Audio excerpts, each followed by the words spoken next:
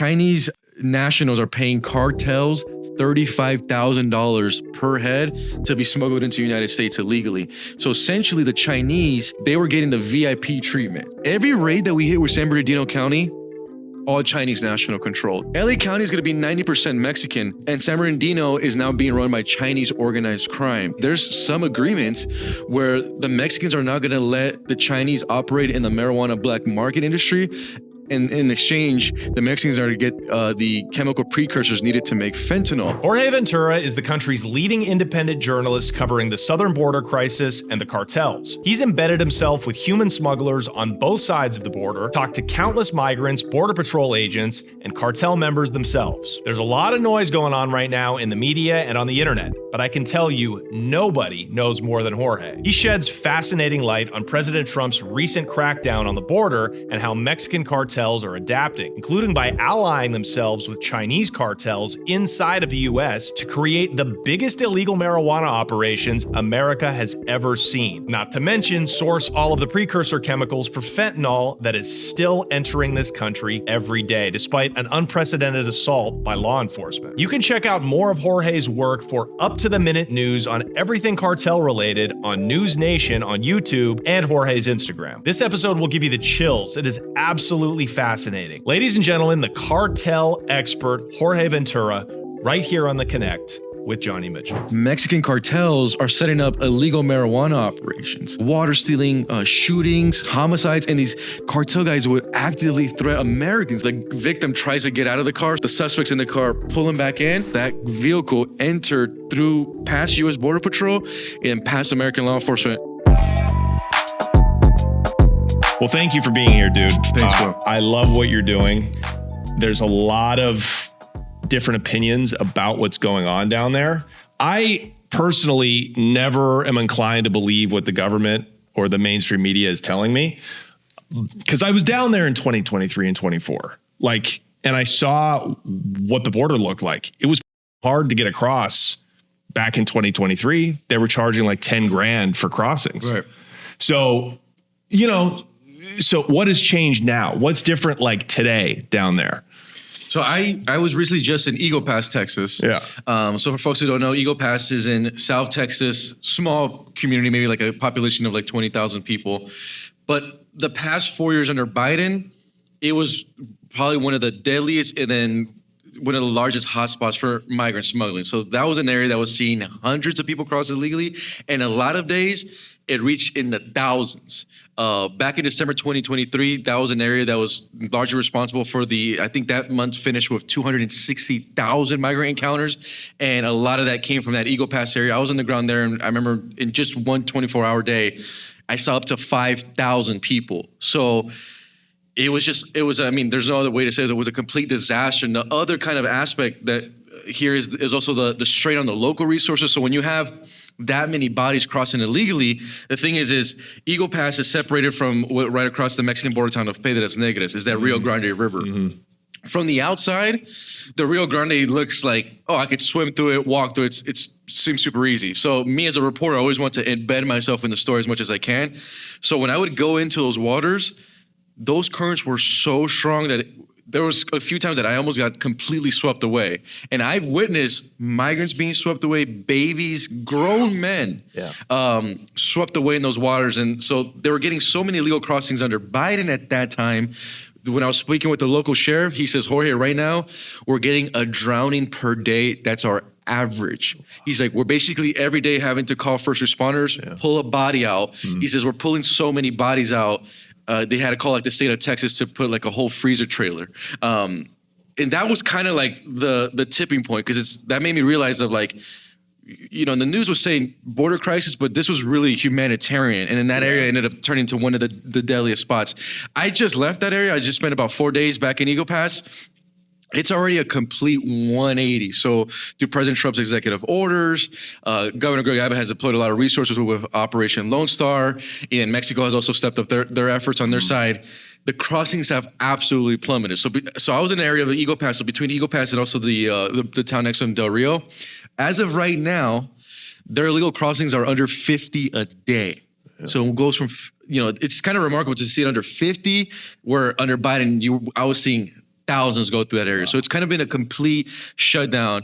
I was there yesterday when and I was witnessing this. There was like hundreds of the Texas National Guard troops there. Yeah. They were actually being deputized by Border Patrol. So what that means is for the first time ever, just to kind of add another layer to the story, is Texas National Guard troops will have the legal authority. So if you're a migrant and you cross illegally, they can now detain and then arrest you. Where before, they actually didn't have that legal authority. They always had to rely on Border Patrol. So they were kind of sworn in as feds. Yes. Even though they're National Guard. And I witnessed that was just yesterday. We witnessed hundreds of them. So it's already been like a complete 180 on this immigration story. Why was it so easy to get across the border in Eagle Pass under the Biden administration, assuming you could get across the river and not drown? Why was it so easy to get in? So Piedras Negras is one of the border towns that is not heavily controlled by cartels. It's controlled by smugglers, but it's more controlled by the corrupt Mexican law enforcement.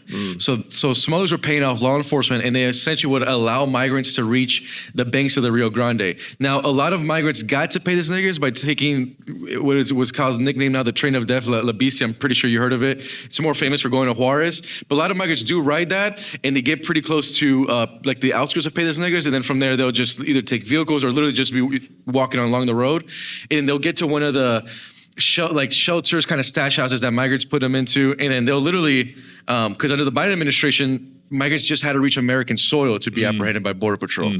So they would just literally cross right there. Mexican law enforcement completely allowed this whole scheme to go on for 4 years. Oh, so these were people claiming asylum? Yes. Okay, so they would get across the border to American soil, and then they would turn themselves in, essentially. Basically, just to kind of explain it for the audience, so they kind of get the breakdown of everything is, when Biden came into office, Border Patrol instilled what they call the catch and release policy. So under Trump, I covered Trump a little bit when I was a student journalist.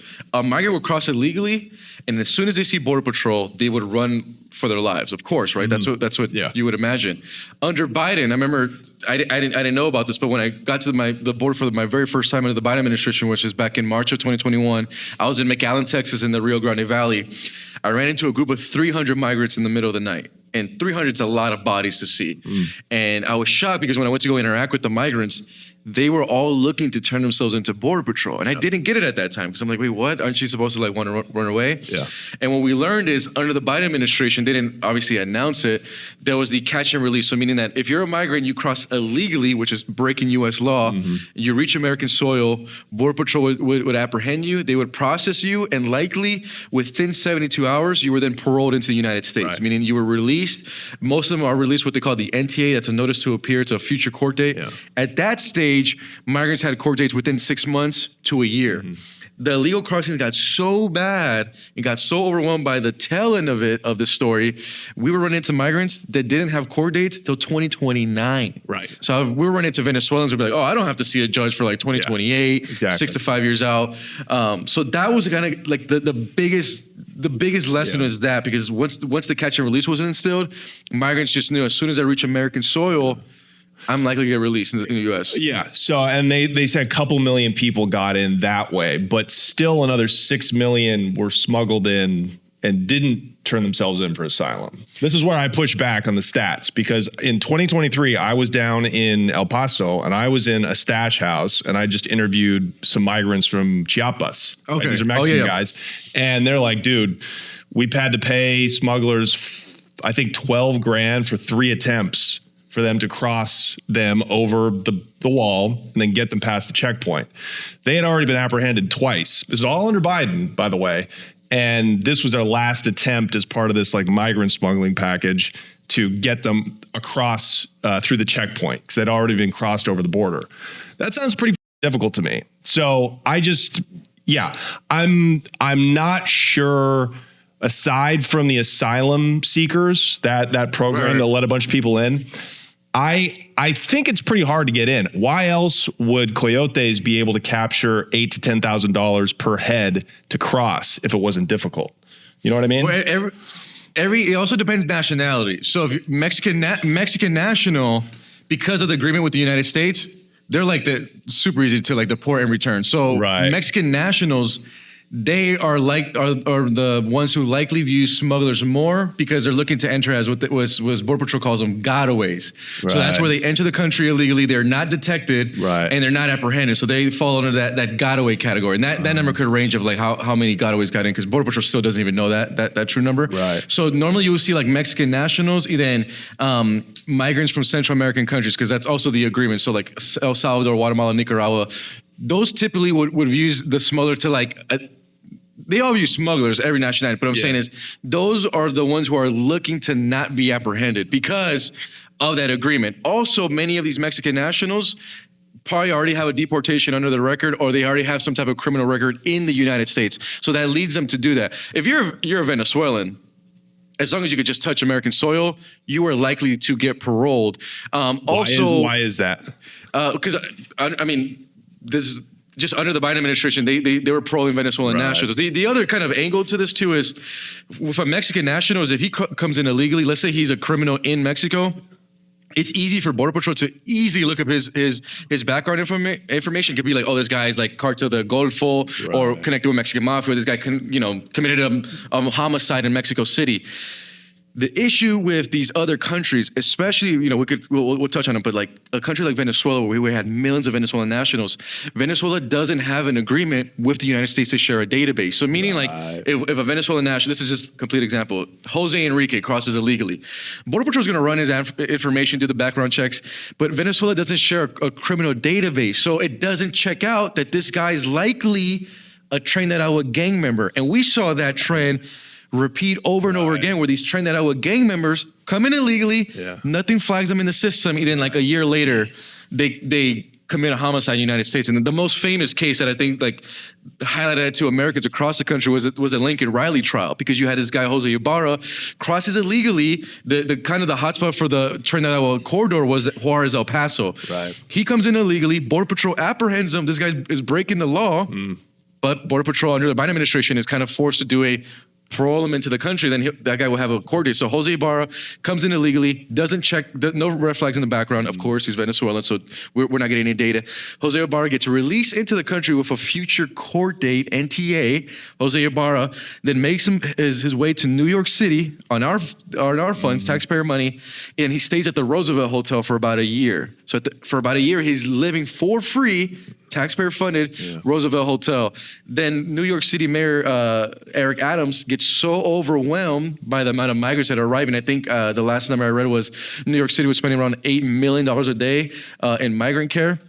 So that's when New York City ran that campaign where they were like, hey, migrants, we'll literally buy you a one-way ticket to anywhere in the world, but you can't stay in New York. So then Jose Ibarra takes a taxpayer-funded flight to Atlanta, Georgia, where I believe 6 months later, he ends up killing 22-year-old nursing student Lincoln Riley in the middle of the day. And then through investigations in the trial, we find out that Jose Ibarra was a Tren de Aragua gang member in Venezuela and likely probably committed crimes in Venezuela. That makes sense. So these countries that, other than Mexico and a few Central American countries, we just don't share any information with them. We don't have any diplomatic ties with Venezuela. Like El Salvador comes in illegally, man. It's easy for U.S. to like look it up. El Salvador gladly shares that information, especially under a Bukelean administration. They'd be like, oh, MS-13 gang member, no, you'll stay in detention and then we'll put you in removal proceedings.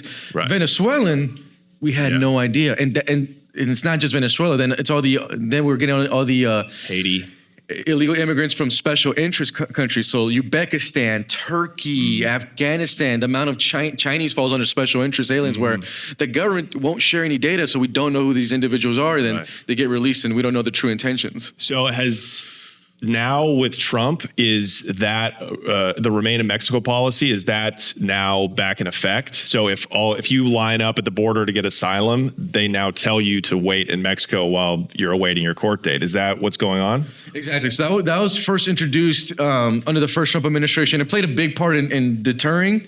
And then as soon as Trump got in, they immediately reinstated that. So what's interesting about Remain in Mexico is the messaging behind it too. So like when I was interviewing a lot of migrants, for them, that policy was like the end all, because they were like, well, why would we risk this huge journey to, make it here to Mexico, and then travel through Mexico, even when it comes to illegally cross, just to be sent back, even essentially they would be forced to live in a Mexican border town where a lot of smugglers then took advantage of their vulnerability. A lot of, and then it's such a difficult process to even get that asylum approved. So a lot of migrants didn't see it worth it. Some would stay in Mexico, then start to work, while others are going to choose to return home. So the Remain in Mexico played a huge role. I think this administration, under the second time with Trump, is going to play a bigger role just because of the amount of illegal immigration that Biden allowed under his 4 years. So the Remain in Mexico is back, and it's going to play a big factor when it comes to now for Trump. As much as like the policies and stuff is important, is the messaging. So like that's why you also see like the White House social media accounts. They're like blasting out these arrests. ICE is like gladly now like allowing some media ride-alongs. Like they're trying to get that messaging out that like if you come illegally now, you'll be sent back. So kind of Remain in Mexico plays a role in the messaging aspect. Yeah, well, for sure. That's what half of the law is, just trying to deter crime. It's trying to deter whatever you don't want to have happen. That makes sense. Half of Tijuana, we were down there a couple months ago. I mean, the Zona Roja or Zona Rosa in Tijuana. Oh, Chinese. It's Chinese and Haitian. Yes. And they actually like it. A lot of people, they make lives for themselves because a place like TJ's got a lot of jobs. Now, if you're a Haitian guy or you're a Chinese guy in Juarez or like Eagle Pass, one of these like ancillary places, but on the Mexican side, it's horrible. That's horrible. That's when you're going to see a lot of these cartels start to prey on these guys. Have you heard about that happening? Have you heard about like forced recruitment by cartels of these other than Mexican, migrants or asylum seekers that are coming up? Is there any information about that? Not like forced recruitment into like their criminal organization. The biggest is just the amount of extortion and kind of kidnapping. So the area that we ran into that the most was Reynosa, Mexico. So when I was in Reynosa, the cartel that operates out of there is usually the Gulf cartel connected with Matamoros, Mexico too.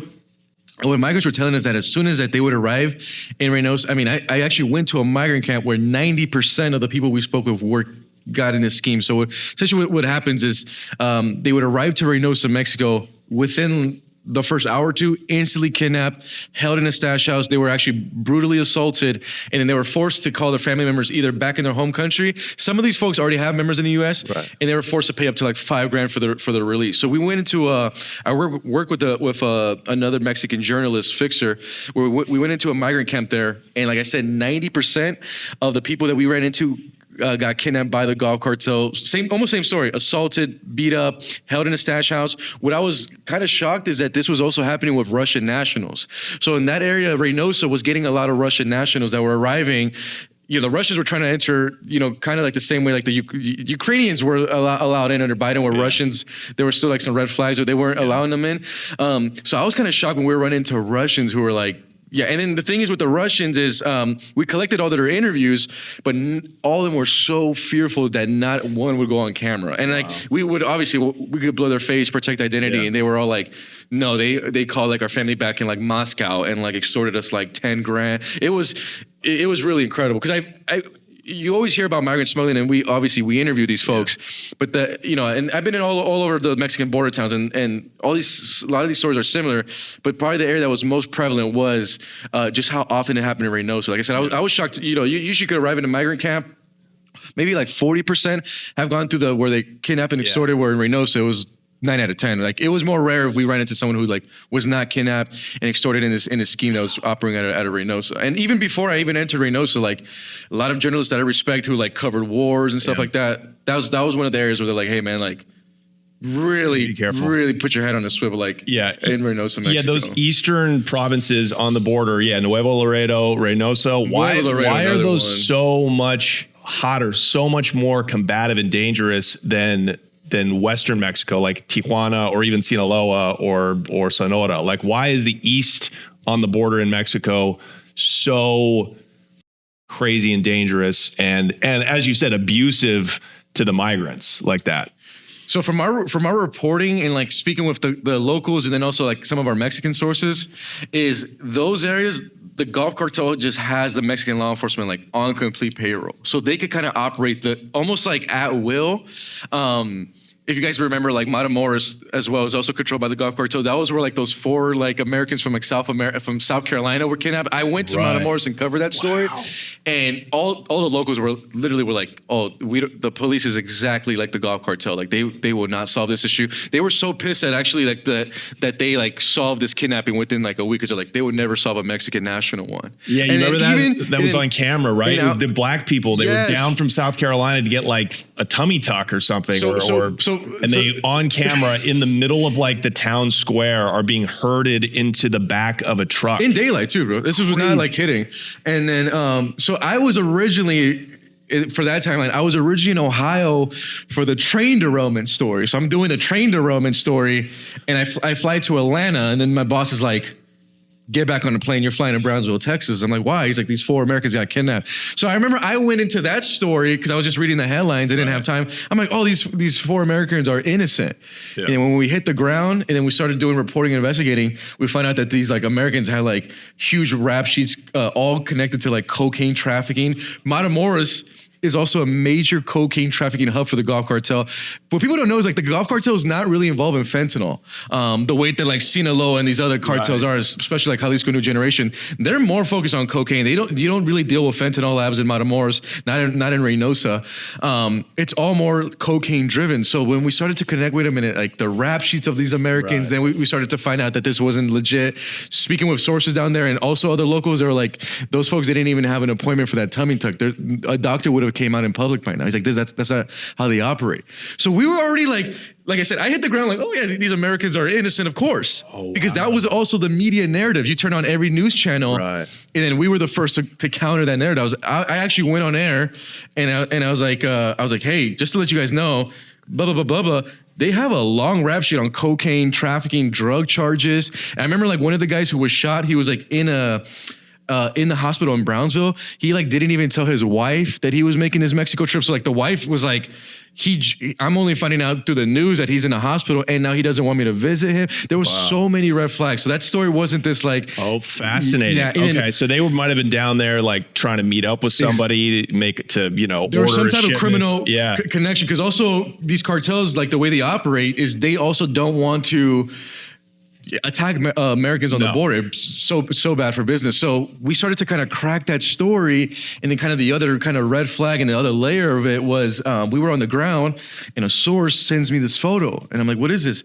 He's like, the Gulf Cartel just turned in these guys who supposedly did the murder, and none of their body types like matched the suspects from the day of. I to this day, I don't even think the men they turned in did it. The real people who did it. Personally, that's me. I said it a million times on this show. In Mexico, it's all smoke and mirrors. They're playing chess. They're playing chess. Like they paid some people to say, hey, you got to turn yourselves in. We'll take care of your families, but somebody's got to go down. It's not going to be our guys. The locals know it. That's what was fascinating is like when I was on the ground in Matamoros, the locals didn't buy that the Americans were innocent. I was coming in like, yeah, they are. And they were like, no, trust me. They're like, and then once you start working with sources, you're like, oh, wait a minute. Like there's something deeper here to the story. So you think that the prevalence of corruption is the reason that a place like Matamoros and like the eastern provinces of Mexico are able to operate with this kind of crazy violent impunity when it comes to not just drug trafficking, but specifically migrant smuggling and migrant extortion? You think that's the reason, is that they got the government so deep in their pocket? Yeah, see, and I think what the cartel didn't, obviously I don't know this firsthand, but I think for them, they were surprised of just how easy that they could move migrants. So they were, according to some of the contacts we talked to with like U.S. government, they have it estimated that these guys were making like under the Biden administration up to $14 billion just on migrant smuggling. So you kind of created this other layer where these guys could make money in a way that the product never runs out. The migrants never run out. And what was interesting is on the U.S. side is Border Patrol would be like, hey man, like what they're doing right now is like they'll get a group of like 300 migrants in a stash house or whatever. Yeah.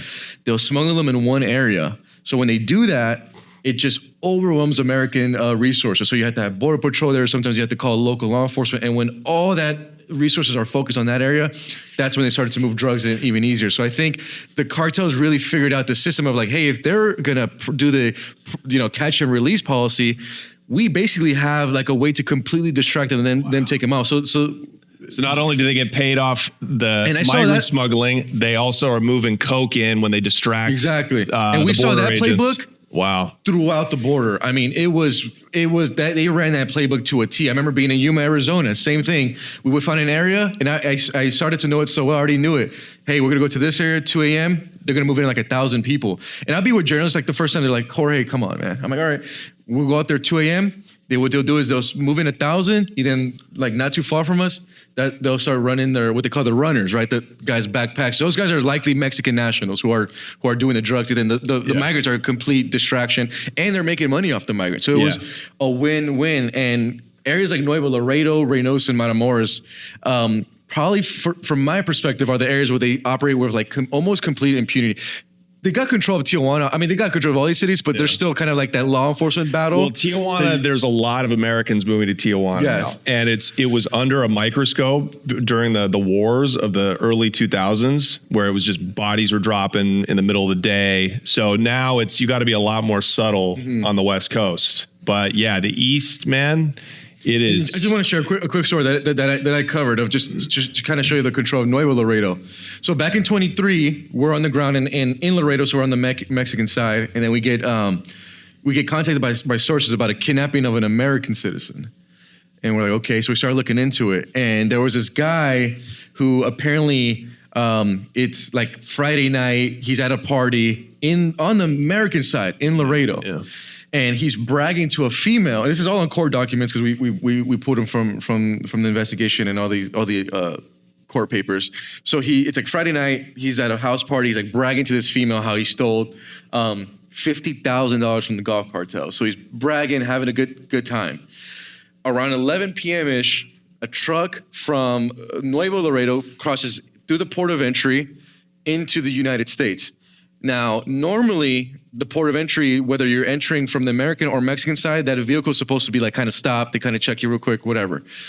It goes into the United States basically without being stopped, and then it enters into Laredo, so it's on the American side. That pickup truck, and then we got video document from the port of entry. So that pickup truck goes to that house where that guy was bragging, and this is also on my News Nation reporting. So this is not. Something that's not true. So, and we have the court documents. He basically gets kidnapped, assaulted, of course, gets kidnapped, gets forced into this truck. The part that kind of like always shocks me to this day is that when he was entering again, now the truck is going to Mexico now into Nuevo Laredo. It obviously has to go through a port of entry. It's going through our law enforcement. There was a moment where the victim tries to get out of the car, so you could see him open the door, and you could see the suspects in the car pull him back in. And what was always the biggest red flag is that vehicle entered past U.S. Border Patrol and past American law enforcement without it being stopped, without it having to check IDs or anything, and it just entered completely untouched. And then till this day, like, we really don't know the true story of that individual, but I mean, he was likely. He hasn't been heard from again. Yeah. So he's gone.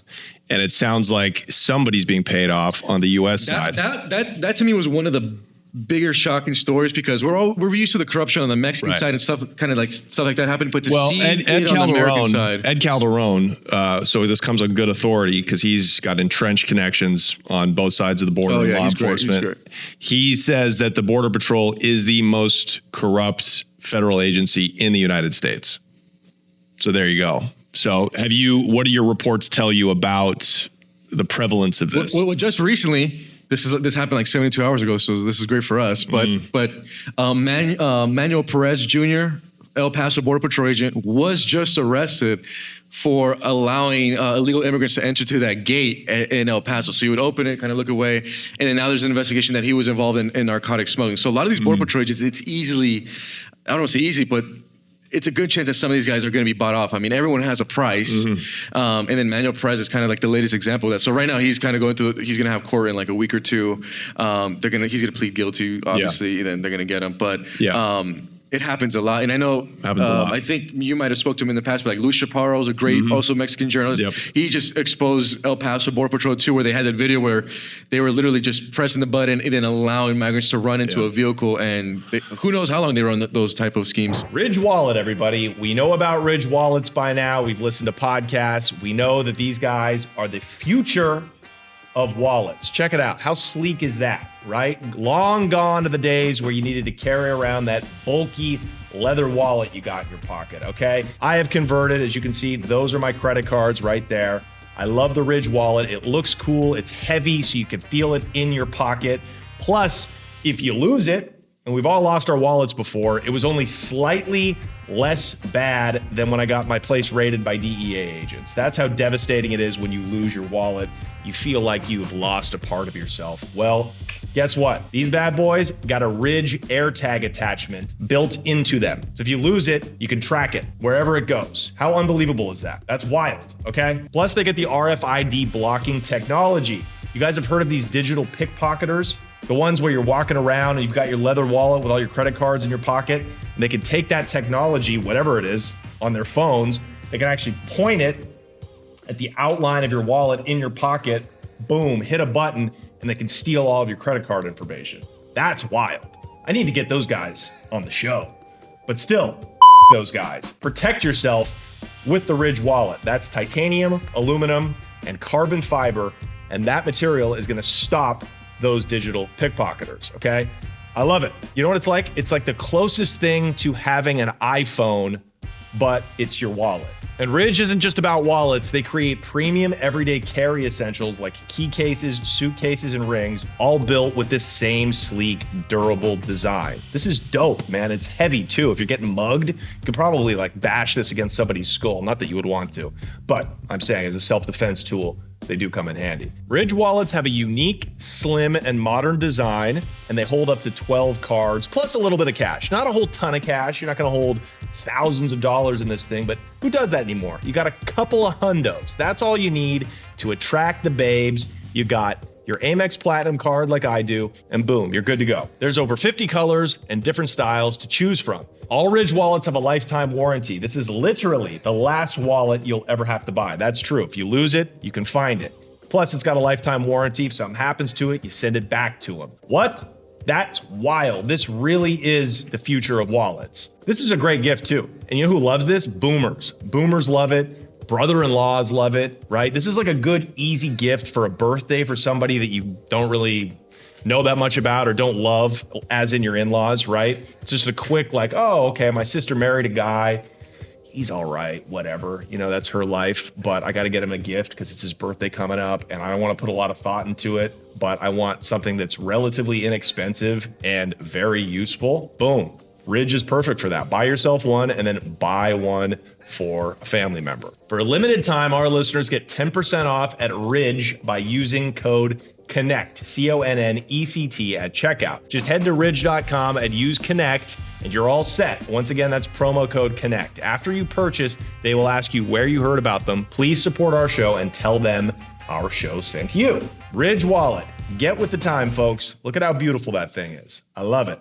Hey, everyone. We are entering unprecedented times in America. The future is very uncertain, and it's important that you create a financial safety net for yourself and your family. Policy Genius can help you do this. Policy Genius is an online source to help you find the best life insurance that fits your needs. Life insurance is a great idea even if you don't have a family. I recently got a life insurance policy with Policy Genius for $292. That covers me all year, and it gets me up to $1 million of coverage. If you're like me and you buy assets, I buy gold and Bitcoin. If something happens to me, God forbid, I want that to be able to go to my next of kin. It goes to my sister. Now, knowing this, I went to Policy Genius, went online. It took me 5 minutes. I input all of the information about myself, and it hooked me up with the best plan. And again, with Policy Genius, you can find life insurance policies that start at just $292 a year for $1 million of coverage. Some options are 100% online and let you avoid unnecessary medical exams. Boom, did you hear that? Policy Genius can find you a life insurance policy that can circumvent an intrusive medical exam. That's exceptional because most insurance companies are scandalous and they don't want to pay out your money. Policy Genius can actually find you a life insurance that doesn't require you to submit that medical exam and increases your chance of getting the best life insurance policy possible. Policy Genius combines digital tools with the expertise of real licensed agents. Compare quotes from America's top insurers side by side for free and no hidden fees. Their licensed support team helps you get what you need fast so you can get on with your life. They answer questions, handle paperwork, and advocate for you throughout the process. Do not put this off, you guys. Life insurance is a form of financial planning, thinking about the future, especially in this day and age with the declining value of the US dollar, economic uncertainty.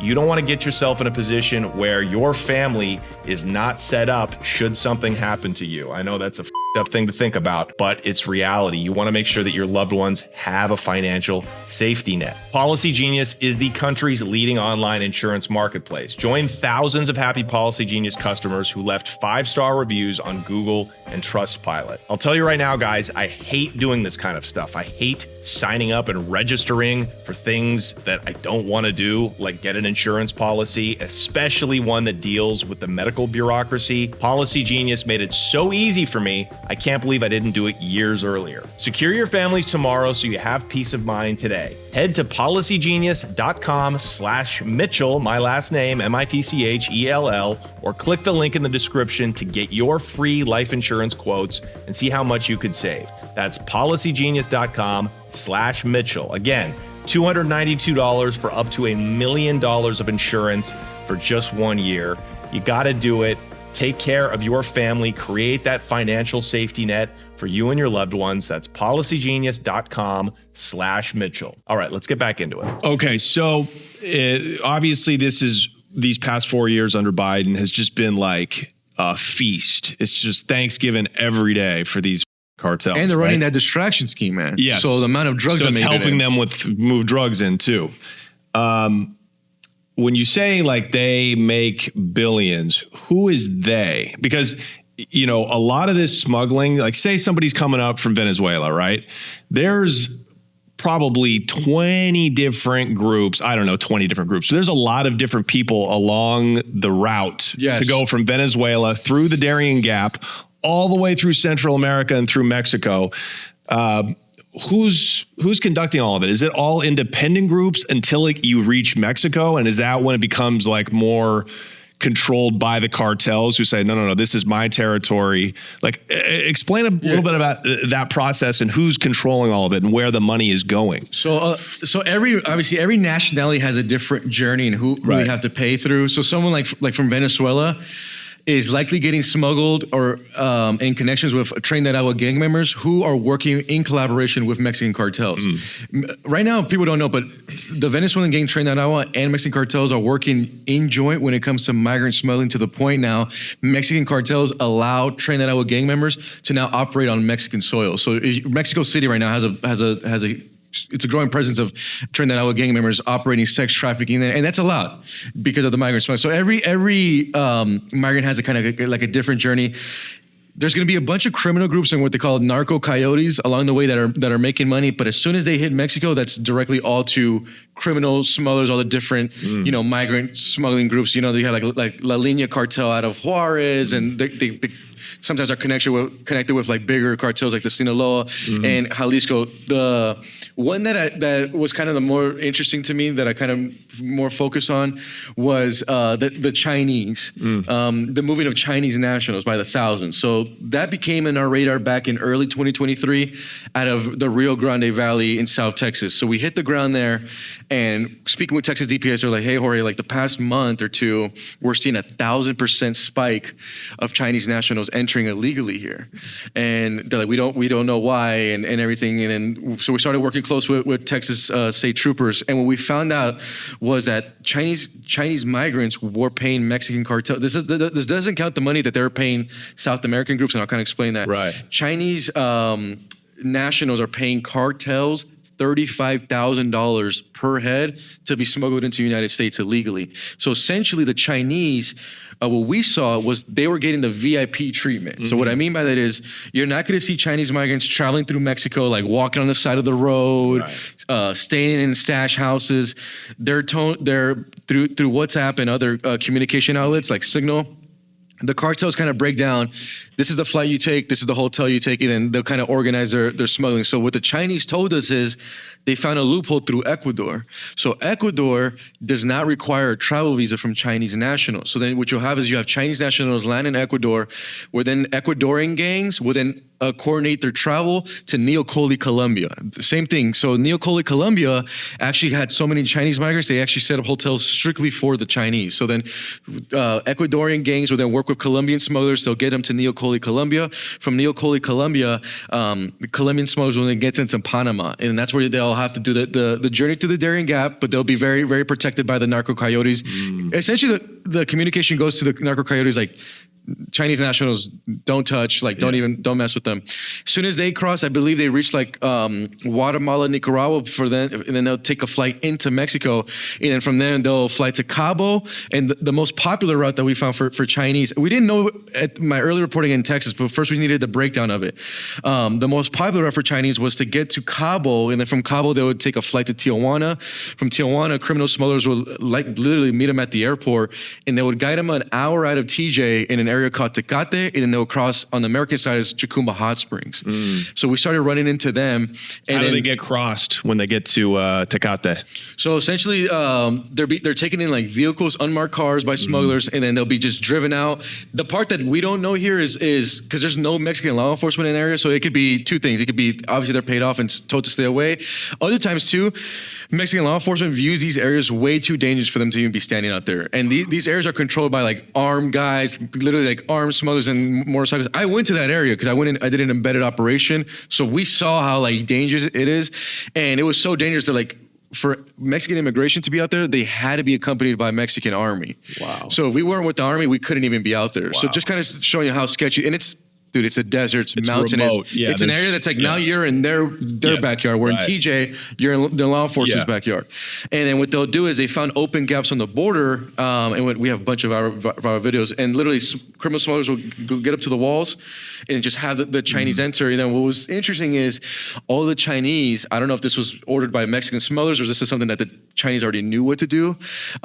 They would then destroy their identification on the Mexican side. So when they were encountered by Border Patrol, they didn't have any identification to show them. And it was this kind of remarkable scheme. And I got this through communication. I interviewed Chinese nationals one-on-one, and they broke everything down. They said, Ecuador's a loophole. And right there, it just starts to like, wow, like every nationality has like a different thing. Different price. Cuban nationals, Nicaragua doesn't require a travel visa from Cuban nationals. So then Cubans will fly to Nicaragua and then begin the journey from Nicaragua. And according to the Cubans I spoke with, the Cuban government knew that the Cubans flying to Nicaragua were never returning back to the island. So what they did is, and this is kind of a way of being like kind of criminal smuggling, is that they would charge the Cubans for a one-way flight to Nicaragua $6,000. Knowing who would in Cuba? The Cuban government. How would they do that? They basically would just had all the airlines ante up the price because they'd be like, these nationals are not coming back. Yeah, so look at this one-way ticket. Yeah. In a way, like the way that the Cubans explained it to me was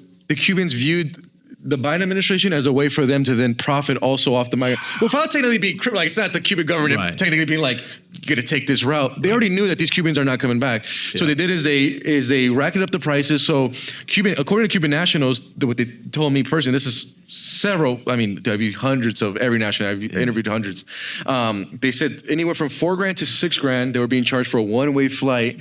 They would land in Nicaragua, and then when they would land in Nicaragua, almost like a joke, the Cuban airline would be like, enjoy your vacation, guys. We'll see you soon, knowing that they're making their way to the U.S. border. So then from there, same thing is now you have like a Nicaragua smuggling network, and their goal is to get them to Chiapas, Tapachula, right? Because as soon as they cross illegally there, now it's all on the cartels. And then the loophole there that we found that was involving Mexican government was migrants started to arrive. So for folks who don't know, like Tapachula is like the first Mexican border town that you reach as a migrant. So as soon as you cross from Guatemala, you know, you're in Tapachula. It's technically, because they entered illegally through Mexico, they're not allowed to legally travel through the country to go to the U.S. border. So what the Mexican government did is they issued, you know, I'm doing this, but they issued humanitarian visas to the migrants. So basically the Mexican government found a scheme of saying, hey, they don't have any they can't legally travel through Mexico because they're legally in Mexico. So what we're going to do is we're going to issue them a humanitarian visa, which gives them legal status from like 20 days to a month. knowing that by giving them that legal status, they were going to head to the U.S. border. So in a way, the government kind of played a role too in kind of facilitating the massive amount of legal immigration that we saw under Biden. So every nationality kind of had like a different scheme. For me, I was always fascinated with the Chinese because they're, they view us as an adversary. Right. They were just destroying their documents, which was like fascinating to me. Just like to go on the border and see them all burned down. Wow. And then see that, then like the funny thing is like seeing Border Patrol agents, like they couldn't communicate with them. So it's like, we don't know who they are. We don't know if we could buy the story. And then we let them in by the thousands into the United States. And were they let in the asylum way, you think? Yes. Okay. Parole. So they lined up and they just, and if you're a Border Patrol guy and you got 1,000 of these Chinese dudes, you're like, just go. Get out of here. Get out of here. I got bigger problems. And the funny thing is like, when you're on the border, it's like, you run into Venezuelans and these other nationalities. They look like they did a long trek. Like their clothes are beat up. They need water. You feel bad for them. The Chinese guys were arriving in like super clean clothes, had like Versace suitcases. They're ready to go. Yeah. Well, one guy was like in a Gucci jacket, like untouched. Well, I always wondered, like, okay, if you count the 35,000 that you pay the cartel, but plus the plane tickets, plus other fees, plus you're paying people, you got to pay the narco coyotes along the route. You're spending 50 G's to get here. Why don't they just fly here and just overstay their visas? That's a bit, we don't know if there's, like they said, this is not, I don't know if this is for a fact, but we don't know if they have some type of criminal intention that the government of China was involved, because also the government of China allowed this many citizens to leave. We don't know why they wouldn't apply for a visa here in the U.S. and that whole process. But I think for them, the fastest way was the Ecuadorian loophole. And that kind of exposed a lot. And then obviously all these narco coyotes along the way, they were making so much money with the Chinese. The Chinese were never like literally assaulted, touched. I've never interviewed a Chinese and they were like, the cartel kidnapped me and they put me in a like that was never the story. That was like, these guys are great. They're so nice. They were like, this was great. They told us like a travel agency. We're like, what hotels to stay at, what hotels. Like I said, the common route that we found is that they would get to Cabo. So I'm pretty sure if one of your viewers listens to this, go to Cabo right now. I'm sure you'll see a bunch of Chinese nationals. And they'll get to Tijuana. Yeah. Tijuana has also been like a big hub for the Chinese. If you go to like the red light district, you'll see it. But like I just entered TJ 2 weeks ago on foot to the port of entry. And for the first time ever, it's always normal when you go through a port of entry, then they have obviously the signs in Spanish and then English, right, for Americans. Now they have a whole section for Chinese. So I remember I was with Danny Mullen, and I was like, Danny, check this out. Because Danny didn't believe me about the Chinese. I'm like, told you. And then we went into TJ and he was like, dude, I'm like, I told you, they're everywhere. And I think Tijuana, like I was reading their local news, like they just opened up like more flights from like Beijing to TJ directly. Wow. So there's a coordination there as well. So it sounds like on the West Coast, getting across, dealing with the cartel is pretty much nice and cozy because the price points are so high to get smuggled. The more money there is, the safer it's going to be. But on the East Coast, like who are the ones getting assaulted and extorted by, Cartel del Golfo? I assume those are the migrants that are not paying a high price, right? So Cubans, Venezuelans, migrants from Central American countries, South America, those were the migrants that you were hearing more of those stories. And a lot of the folks from like what we call special interests, so like Middle East, Asia, they were paying top dollar. Now, some of those folks still found themselves in some hairy situations. Like I said, the Russians particularly, I was just kind of shocked that they were getting like assaulted and kind of kidnapped out of Reynosa. So it just it also kind of go through like which smuggling route. It's fascinating. The other connection that we started to find was like what do a lot of these folks end up doing in the U.S., right? So then I remember hitting I was in the border 2023 in South Texas. I run into Congressman Mike Garcia. And I'm speaking with the congressman, and I said he's out of California. He's from my hometown where I am in Palmdale. He represents that district. So I said, Congressman, like what is a lawmaker from Southern California doing in South Texas? Like why? Yeah. And he goes, well, Jorge, what's happening in the border is like impacting my community. And I'm like, what do you mean? He's like, in the deserts, they call it Antelope Valley. That's literally my hometown. He's like, in the Antelope Valley, we're having an issue where Mexican cartels are setting up illegal marijuana operations, and they're bringing in the labor workforce from these migrants, but they're doing it indentured servants. So a lot of like the migrants, like Mexican, Central Americans that they were crossing illegally, also undetected. These are technically what we call a getaway. He says they're putting them in debt like a lot of these guys can't pay the smuggling fee of like $6,000, whatever Right. they want to charge them. He's like, so they have to work on these illegal marijuana operations to pay that debt off. And when he said that, I'm like, this is BS. Like, I don't believe it. So the congressman is like, there's actually, Jorge's like, next month there's 2 town halls. One was in Acton, California, and the other one was in Lancaster. He's like, you should go to these town halls and just let me know what you think. So I said, okay. So I called my boss, says, hey, can I go to these town halls in Cali? Yeah, no problem. So I go to the town halls, and I'm like, there's no way this is happening like on American soil, like the way that he says it is. So I go to one in Lancaster, jaw hits the floor. There was like over 200 farmers. These are American farmers in the United States, and all their stories were similar. Hey, I'm living in the middle of nowhere in Acton. I love my life. I got my horses, farmers, and then all of a sudden, these past few months, we're seeing armed Mexican males patrolling the deserts. They're now buying property, and they're setting up marijuana fields, and they're operating like without impunity. And the thing is, in those deserts in Southern California, if you call local law enforcement, it's going to take them like minimum 2 hours to get to you, minimum. So it's really like a land with no laws out there. And they were all like, hey, like first they kind of were out there and like we're not messing with Americans. You know, they were like setting up their weed farms. But obviously, like if you're American out there, like you get curious. So a lot of folks started hiking near the area. Some folks started taking pictures like what's happening in our neighborhood. And that's where things got violent. So the homicide rate in the desert went up. They started to shoot at Americans. Marijuana needs water. So a lot of these Mexican nationals, these cartel guys were tapping into Americans' water systems and illegally draining their water and then bringing that water back. We interviewed one of the like a American farmer that like he said he woke up in the middle of the night and found like these Honduran teenagers stealing his water, and then that led him to a marijuana field that was controlled by Mexican nationals.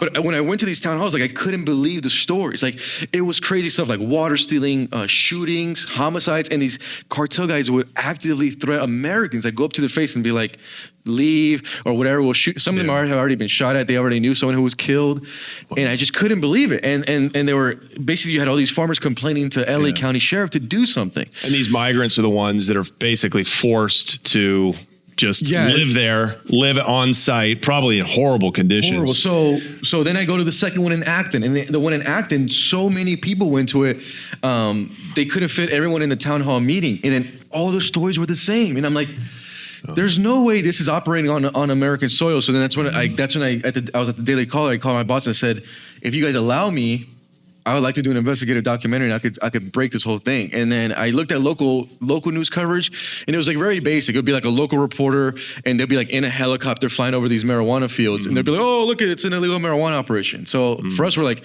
we're gonna take it to the next level. So we went out there. We started interviewing a bunch of residents and just started collecting all the stories. We interviewed one family where one of their neighbors was killed, like shot in the head in his red truck, and they left the body out there. The cartel members took pictures of it and basically went around that neighborhood and was like, if you keep patrolling our fields, this is the result that's going to happen to you. So we started documenting those stories. We then my buddy Eric out of San Diego came to Palmdale and like was living with me because we hired him as a drone guy. So what we did is, instead of going up in a helicopter in the middle of the day, and then we ran these operations at night, is we would go up to, these are armed cartel grows in the middle of the desert. I'm talking about like long gun guys, face covered. And the migrants who are forced there are living in like the worst stash houses, up to 100 degrees, like no air conditioning, probably no food. And we started flying drones on their operations and then collecting data. We were the first journalists to actually collect legit info on how these operations operate. So we started tracking the water trucks and how the water trucks would go in the middle of the night, steal a bunch of water from farmers, bring them back to the grow. And so we started documenting it. And I told my buddy, I'm like, hey, I think we should go out there at night. Because one of the residents was like, hey, if you come out here at night, because there's nothing out here. He's like, these weed farms glow. He's like, oh, the lighting. He's like, you guys should come out in the middle of the night. So it'd be like 11 p.m. I get in my little Honda Civic, and me and my guy and also my producer Smuggling, who worked on documentary, we would go out there, fly him in the middle of the night, and just started collecting all this data and great footage of like guys walking around, long arms, weed, the water tapping, all this stuff. The amount of generators they've used in those deserts. That's a huge red flag. And the one that always surprised me was we were on the county line of LA County and San Bernardino County. So for my Cali folks, you guys know desert area. We ran into an illegal marijuana operation out there. The residents were also great in this document. Like told us where to go. So we ran into an legal weed operation that was at least like 8 acres big, and they were running over 300 greenhouses. This is illegally operated, and it was massive. And then I kind of make a joke to my buddy. I was like, and I said this when I went to promote the documentary. I said the marijuana operation was so sophisticated and large in the middle of the desert, you would have thought Jeff Bezos and Amazon were running it. And the thing is, so we were out there, same thing. We're running the drone and doing our collecting of the data for this documentary, and we fly the drone back, and I'm driving on this dirt road because we're in the middle of nowhere. Like there's no law enforcement. We're like out in the deserts in the boonies, and we're leaving, and then we look straight ahead, and my buddy goes, and because from afar, according to him, it looked like some type of airplane or helicopter. So my buddy goes like, "Hey man, that little helicopter is flying extremely low," and I looked at him, I'm like, "Huh?" And I look back, I'm like, "Oh no!" He's like, "The drone came from the marijuana operation." So the Mexican guy sent a drone, and then collected my license plate number, then followed my car out. Wow. And then they have counter surveillance. They have their own drones. So then they documented that we were there, and then we went to another marijuana farm immediately after, and then kind of, we're out there collecting footage. One of the armed Mexican guys sees us, jumps in his pickup, and chases us in the desert. So I'm in this Honda Civic with like my producer, who's like a little Indian guy, and my drone guy, and we were basically getting chased by this armed cartel grower in the middle of the deserts in LA County. And the only thing that saved us is that as soon as I hit the highway, a lot of commercials actually film out in the deserts because they can have all that space to do crazy stuff. Yeah. So there was a commercial being filmed, and anytime there's a commercial being filmed, they have cops blocking off the road. So we like immediately beelined it to the cop, like did a crazy U-turn, and then like, "Hey, we're sorry, we're getting chased by like a armed grower." So the cop was like, "Just stay right here. We could use some cops over here, bro." Yo, wow. So he was like, "Stay here," and then kind of long story short is that marijuana operation that the Mexican cartels are running in the deserts were directly also connected to the issue of the border because their labor force was coming from there. Now, did the really quick, feds? Johnny, because I don't want to interrupt, but just want to hit this part. Up to that point, we were only seeing Mexicans, nationals, and then we did a ride along with San Bernardino County because they started doing raids on these grows. Every raid that we hit with San Bernardino County, all Chinese national controlled. So according to San Bernardino, they're like, "Hey, LA County is going to be 90% Mexican. Cartel and San Bernardino is now being run by Chinese organized crime." And so the Chinese, same thing. They saw what the Mexicans were doing and said, "Wait a minute, we could bring our own." Because like when we were at the Chinese national grows, they weren't bringing in like Salvadorians. Right. They were bringing Chinese nationals. Yeah. So the same thing. Chinese nationals were being brought in, undocumented, forced to work on these grows to pay off their smuggling debt. And they were all in the deserts of Southern California as well, rivaling the Mexican cartels. Wow. Then I started working with John Norris, who's the former, he used to work at Cal Fishing Game in Northern Cal. He started busting marijuana grows. Wow. We bring in John Norris, and according to like his investigative stuff, he said, "Hey, there's some agreements where the Mexicans are not gonna let the Chinese operate in the marijuana black market industry. And in exchange, the Mexicans are to get the chemical precursors needed to make fentanyl."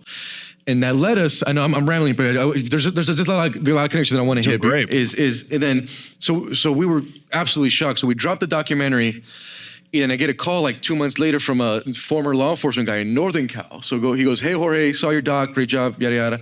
He said, "Hey man, I saw in your documentary, you said that like LA County and San Bernardino, between the two counties, there's 1,400 illegal ops being run by Mexicans and Chinese."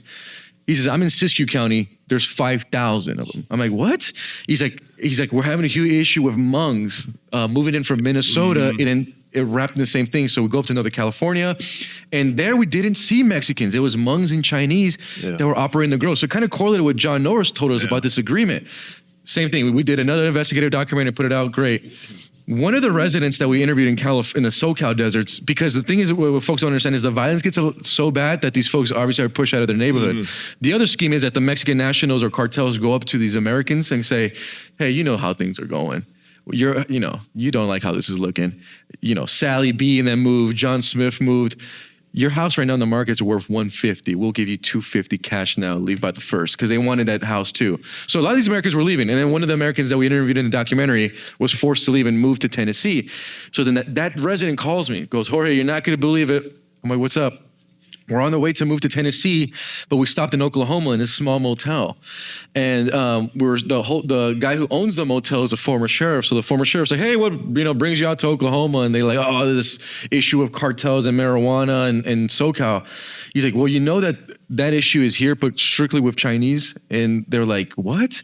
So then we went to Oklahoma and did another investigation. Same thing. Chinese nationals moved now to Oklahoma. We didn't see any Mexican grows in our time there.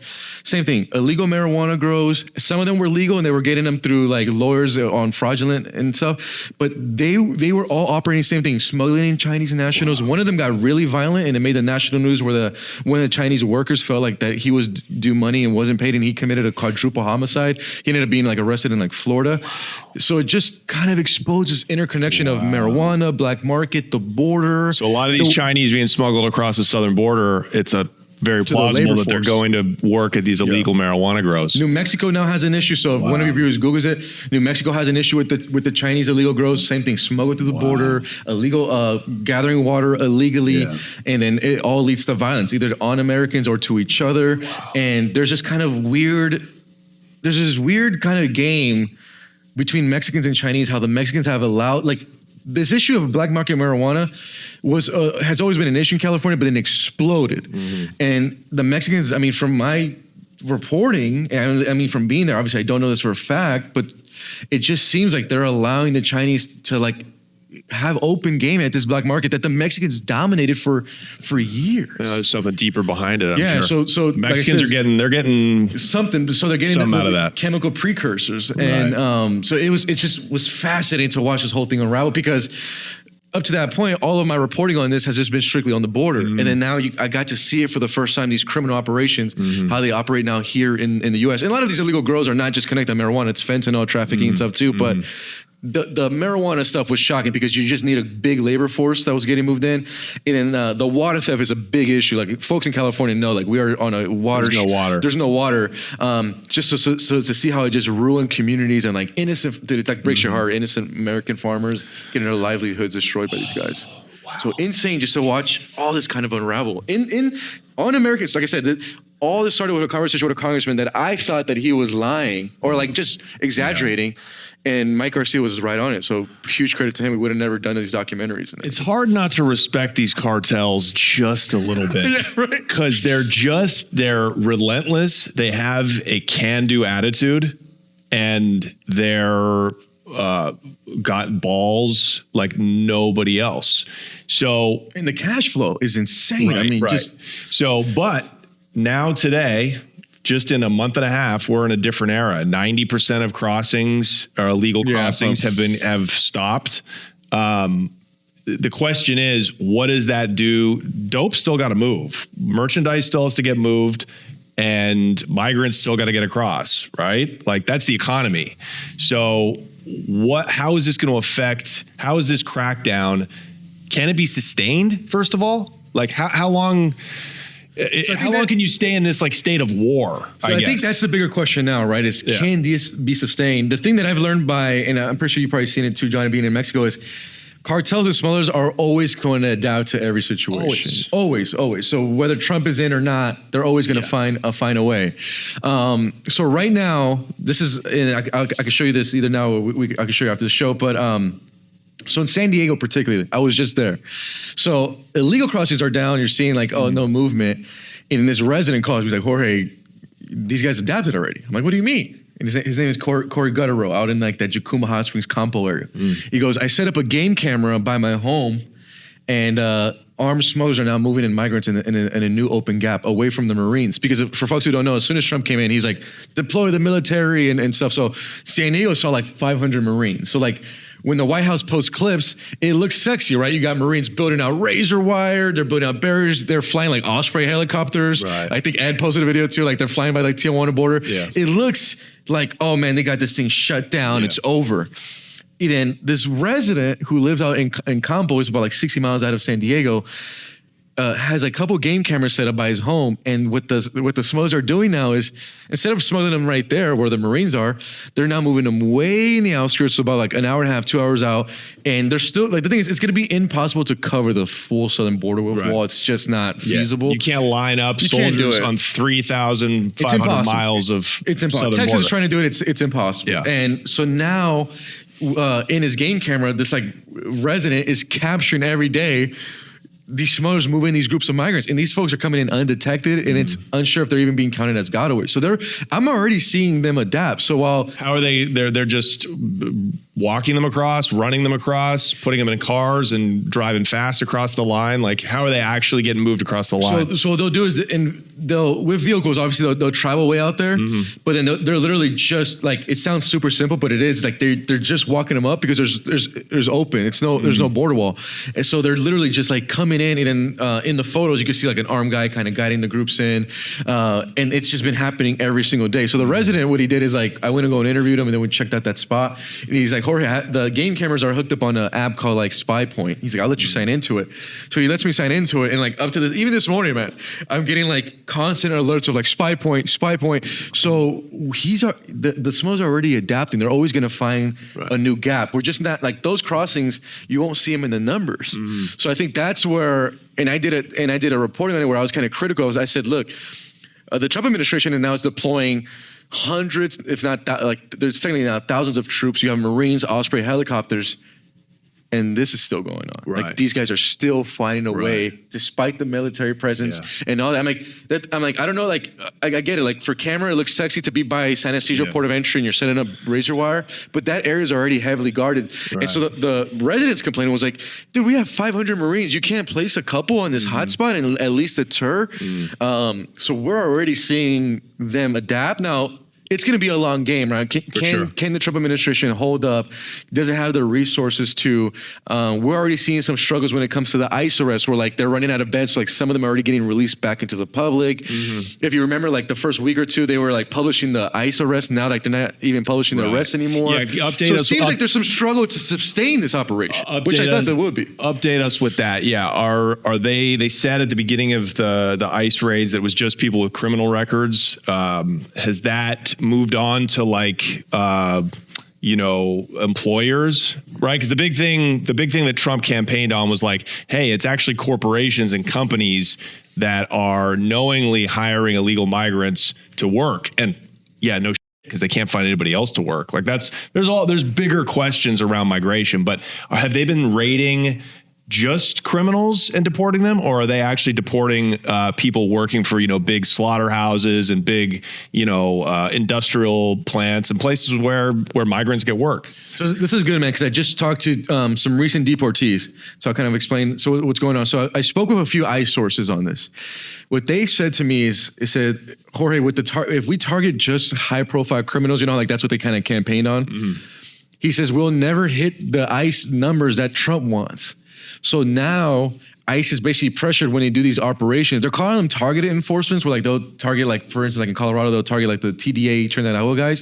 He's like, but because of the pressure from the administration, we're now doing what they call collateral arrest. So if like they go into somewhere, they might be looking for like this high profile Tren de Aragua guy, but like if there's like a Venezuelan mom there who's undocumented, they're now going to arrest her too. So now it's following under collateral to reach those numbers.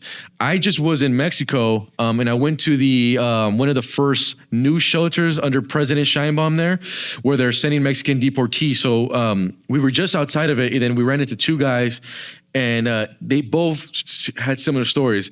They were both working. One was in Bakersfield and one was in Salinas, kind of in the fields. They weren't arrested at the fields, but when they got home, ICE came and arrested both of them. Both of them claim, and I don't know this, don't know this for sure, but they both said they didn't have any criminal record, but that they were taken in and then instantly deported. So they were deported through Tijuana, and then now they arrived in Mexico, and now they're under the Mexico Embraces You program. So now like they're getting money from the Mexican government. They'll be then transported to their hometown. But it was interesting because that these guys are not high profile guys. They're not gang members. They're not Tren de Aragua guys, not Mexican mafia guys, regular farm workers, but they fell under that collateral arrest now. So we are seeing folks who are just undocumented. Maybe they're going through legal proceedings. Now they're also getting arrested too, because ICE now has that pressure of like, we have to reach these. We got to get the numbers. These numbers that are like almost going to be impossible to reach. Well, but I think that's most people, right? Like probably 8 out of 10 migrants coming across are not part of Tren de Aragua. They're not. Exactly. They don't have criminal records. They're just committing a crime because they're coming through illegally.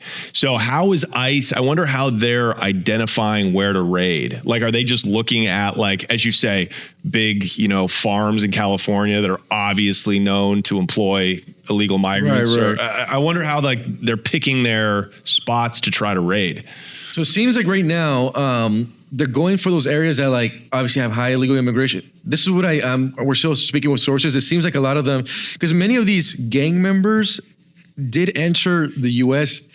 Also, there was a system, this we could talk about too, is a lot of them did enter legally through the CBP-1 app. So the Biden administration, at least just CBP-1, just really quick for the viewers who don't know, is basically it's an application that allowed migrants to have an asylum appointment, but it was really just for them to go to a port of entry and they'll be enter legally, then paroled.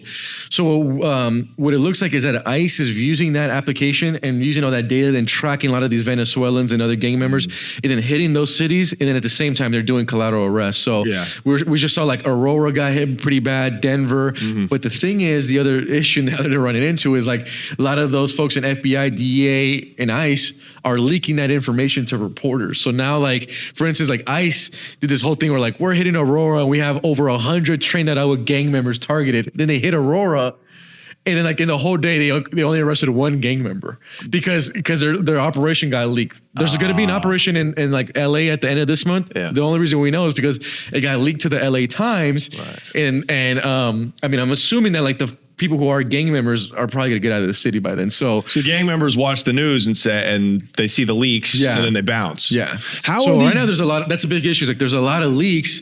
So not a lot of these operations are like falling heavily short on their goals. But it seems like you arrest 100 people, 8 million, 10 million maybe came in. Like what is it's a drop in the bucket. Like that's what I mean. Personally, like everyone has their own viewpoints, but I kept telling folks who like I work in the news with and stuff, because people always want to ask my opinion as a reporter, and I just say, look, to be honest, it seems like obviously for a campaign slogan, it sounds great, mass deportation operation, especially because the American public opinion has shifted now where that's acceptable. But it's like, it's almost going to be impossible. You can't deport 8 million. The amount of money and resources, but it's just not feasible. And then I thought that they were really going to target the high profile criminals and then work their way down, but they're already in the mode where like, we're not making enough arrests on criminals. We have to do collateral arrest. So they're already running into like a big issue. And I just spoke with a Mexican source in Tijuana yesterday, and he's like, hey, like the Mexican government thought that they were going to be like completely overwhelmed with deportees in the shelters. Like they're fine. Like they're not. Really? Yeah. He's like, we're getting the same amount near or right there with Biden. We're getting like 100 to 200 Mexican nationals every day. That's kind of the same under Biden. Nothing has like changed that. So it's a resource and manpower. Juarez hasn't even been overwhelmed their shelters either. I mean, they have just not seen him. So I just think it's going to be extremely difficult. Sounds great as a campaign slogan. Same as 2016 when it's like build a wall. Like that slogan's great. I try to tell these excitable that just love a populist strongman. That's what Trump is. Populists come to power when things get really bad in a country, and they pick easy things to blame, like migrants, like drugs, like cartels, when the biggest issue is the Fed and the corporate bailouts of 2008 and the fact that nobody can afford houses and the lobbyists in Washington. I'm from that 2008 family, bro. I saw my dad lose his house. Oh, horror. Trying to tell these stupid. So it sounds great, bro. It sounds great as a campaign. Like even build the wall, bro. Build the wall sounds great.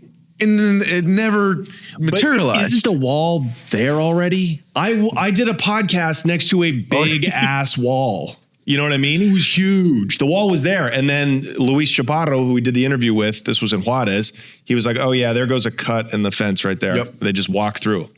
So look, you obviously need to have deterrence. You need to have people there. If you had an open border, which in certain ways the Biden administration was a semi-open border, right? If it was completely open, everybody would come. everybody from around the world will come from these places that have just been ruined by, like, you know, a lot of it has to do with America and America's foreign policies over decades, right? But it's tough, right? Because with drugs, you could just be like, well, what's the solution to the war on drugs? You can't stop drugs. We'll just make drugs legal and put all the resources into stopping people from doing fentanyl, right? That's how you kill the cartels, is you just kill off their demand.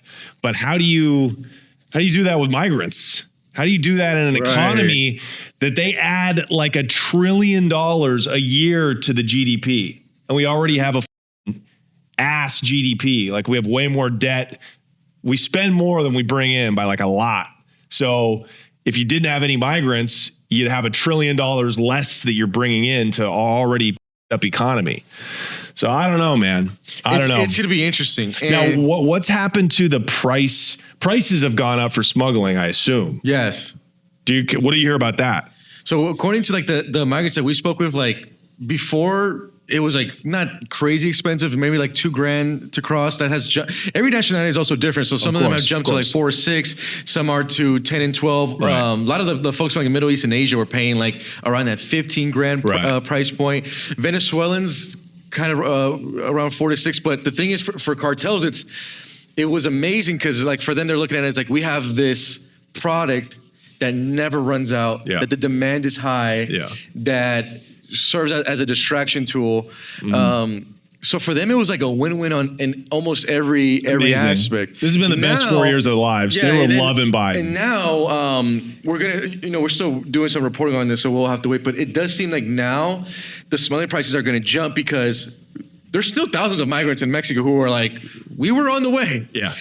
Some will return home. Some will like settle in Mexico, but the majority is not going to be satisfied with that, and they're going to be desperate. So we're already seeing a little bit of it, where the desperation is going to lead them to turn to smugglers, and then instead of now entering with the whole like, okay, I'm on American soil, I'm going to Border Patrol, is now those guys are going to be like, no, we want to be completely undetected. So the pricing is going to go up because then there has to be a coordination on the American side of like, does a van pick you up? How do we get past like a checkpoint? Where before it was, let me just touch American soil and I'm satisfied with that. And it's a lot more dangerous too. Yeah, and I just met a Honduran woman in South Carolina who answered that way, where she used a criminal smuggler, same thing, came in undetected, had a vehicle pick her up, and then she got to South Carolina. And the only reason I make contact with her is because I and a state trooper were on the ground in December when she sent her daughter by herself with a criminal smuggler. So we were on the ground, and then we get an alert of like, hey, there's a 4-year-old girl all by herself. And we're like, wait, what?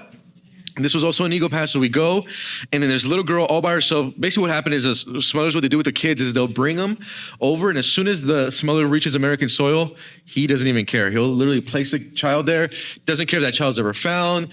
They could die of starvation. Obviously, all the elements could be hot, cold. They don't care. As long as that child's American soil, they're like, our job is done.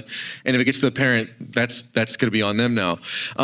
So there's many times where Border Patrol doesn't find these kids, but then there's instances where obviously they do. So on this time, there was a Texas state trooper finds a 4-year-old girl. We get the alert, so we get down there, and the little girl is like shivering, and then all she has is a note, and the note says Mama Patty and a phone number. So I get the note, obviously take a picture, and I'm like, this is interesting. Like, this little girl was sent by a smuggler by herself.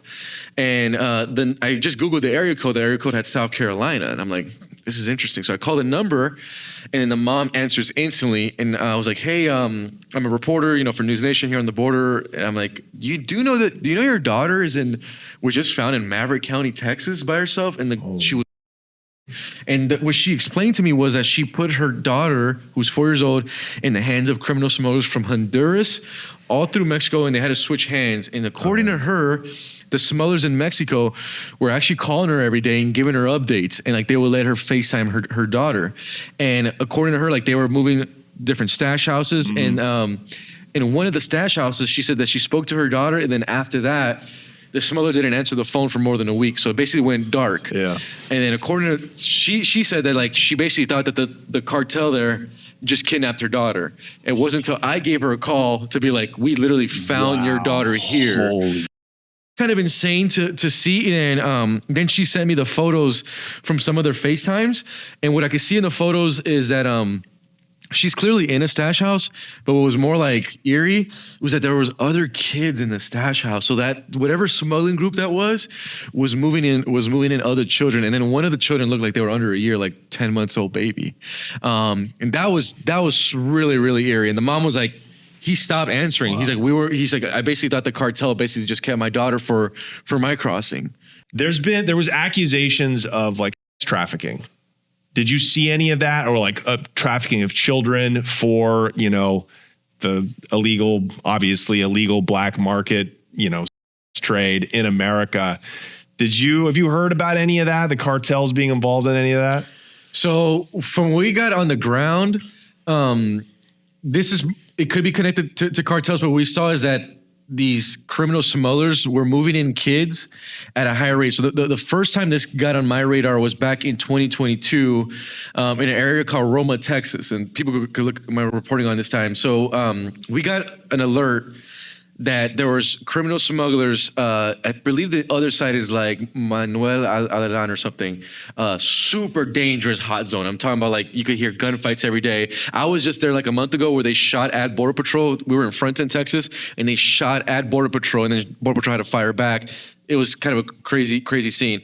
But in Roma, Texas, what we found is that there was criminal smugglers moving in kids in the middle of the night on these rafts. So we hit the ground there, and it's exactly what was explained, what we saw play out. So we have all this video footage too, is they would basically bring in these kids in the middle of the night through rafts to reach American soil, and these kids didn't have any parents. And what I noticed in this particular smuggling route that I didn't see yet in others is that the kids all had colored wristbands, and some of them were different colors. So when I spoke with like a law enforcement source on this, he says, that's how the cartel could tell like who owes them which debt and like how much to collect. And basically like the wristband is like their gateway to be crossed in the middle of the Rio Grande. So when we started running into these children, a lot of them were coming in from like Central America. Literally, they don't know what's going on. They're like super young, and they all had those colored wristbands. And at that time, the U.S. government was already losing track of 1 of every 3 unaccompanied minor who enters the U.S. So what I mean by that is when an unaccompanied minor comes into the United States, the government has to basically do a whole thing of like who's their sponsor in the U.S., have to do background checks and that whole ordeal. Under the Biden administration, they suspended with the DNA testing. So like if adult, let's say like Johnny, you walk in across illegally and you had a little girl with you, you're supposed to DNA test you to see if you're the father. Right. That was suspended under the Biden administration. I don't know why. Like I don't know like the reason, but it was. So then Border Patrol lost that tool. The other thing is so many kids, unaccompanied minors, were reaching American soil that when it came to the background info, Human and Health Services, that department was completely overwhelmed. So they couldn't actually run proper background checks. So when they release the child to the sponsor, when they do the follow-up call, they couldn't reach them anymore. So at that time, it was already 1 out of 3 unaccompanied children were getting lost in the system in the United States. And I remember I was speaking to 2 brothers and a sister, and they were like 10, 8, and like the youngest one was like 5. And as I'm interviewing them, it like hit me right there. I'm like, they don't even know that like one of them is gonna get lost in the system here, whether it's trafficking or labor trafficking. Right. From what I saw, it was more common for these kids to get lost in labor trafficking. So some of these companies started hiring them in their factories. And actually, like big credit to the New York Times, they did a great investigation piece where like they found a lot of these kids working in like Lay's factories, Doritos, young in these factories, and they were completely off the books. Like I said, Are we talking like teenagers or younger than that? Teenagers and younger. That would be labor trafficking and then basically working in these companies. So like a New York Times reporter went to these factories and like waited for these children outside and like got everything on record. How could Doritos think they could get away with that? That's what I don't understand. Like these are major companies. Yeah. And so that was like started to unravel. And then like this area of Roma was particularly interesting because of the control that the narco coyotes had there, where they were literally like in the middle of the night, moving kids in. And what was shocking, because Border Patrol under Biden, there really wasn't any enforcement. So it was a crazy scene, because on the Mexican side, you're seeing this raft come, literally kids on this raft, colored wristbands, smugglers coming up, and then drop off these kids. And basically Border Patrol, all they could really do is like wait there with a flashlight and allow them to reach American soil, and they would just run that playbook. And so a lot of these kids, like I said, get released. You can't do up any follow-up calls. I was in Yuma, Arizona, and I started to see this trend with children is that the children that would get either dropped off and smuggled, they would at least try to have the contact of the sponsor on them. So I remember I was in Yuma where we ran into a pregnant woman who found a 10-year-old. According to her, the 10-year-old was on the border, completely knocked out. It's also common for these smugglers to give the children like sleeping sedatives. So then when they reach American soil, they can't make contact with law enforcement. So like Border Patrol's like, hey, are you okay? Have you been abused? The kids like literally dude like almost dead. Like, so they completely knock them out with like those type of sleeping drugs. Really, really common.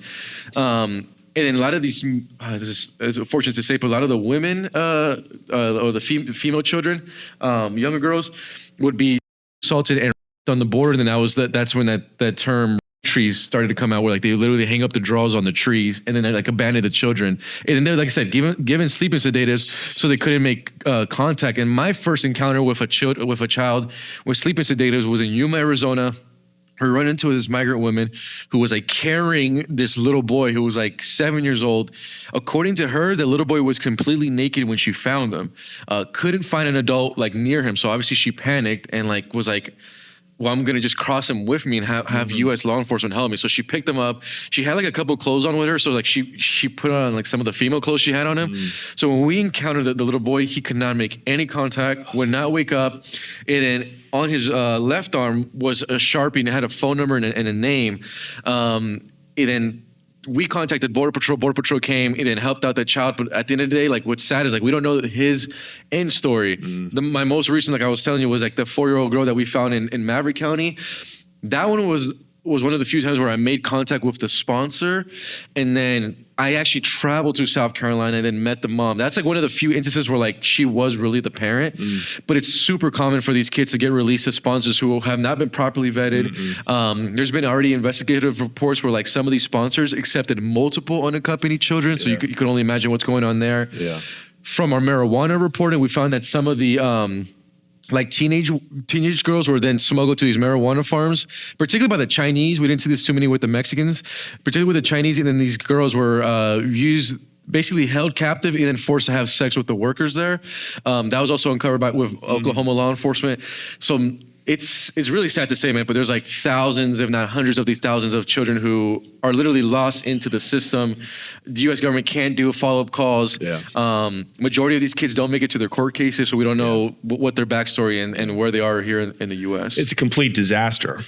It's horrible, man. It's a complete disaster. It's heartbreaking when you see it in person because it hits you at a different tone, and then you really realize like this is truly a humanitarian crisis. The sad ones are when the smugglers make the kids go to the Rio Grande by themselves. So you have like a little kid traveling through the currents.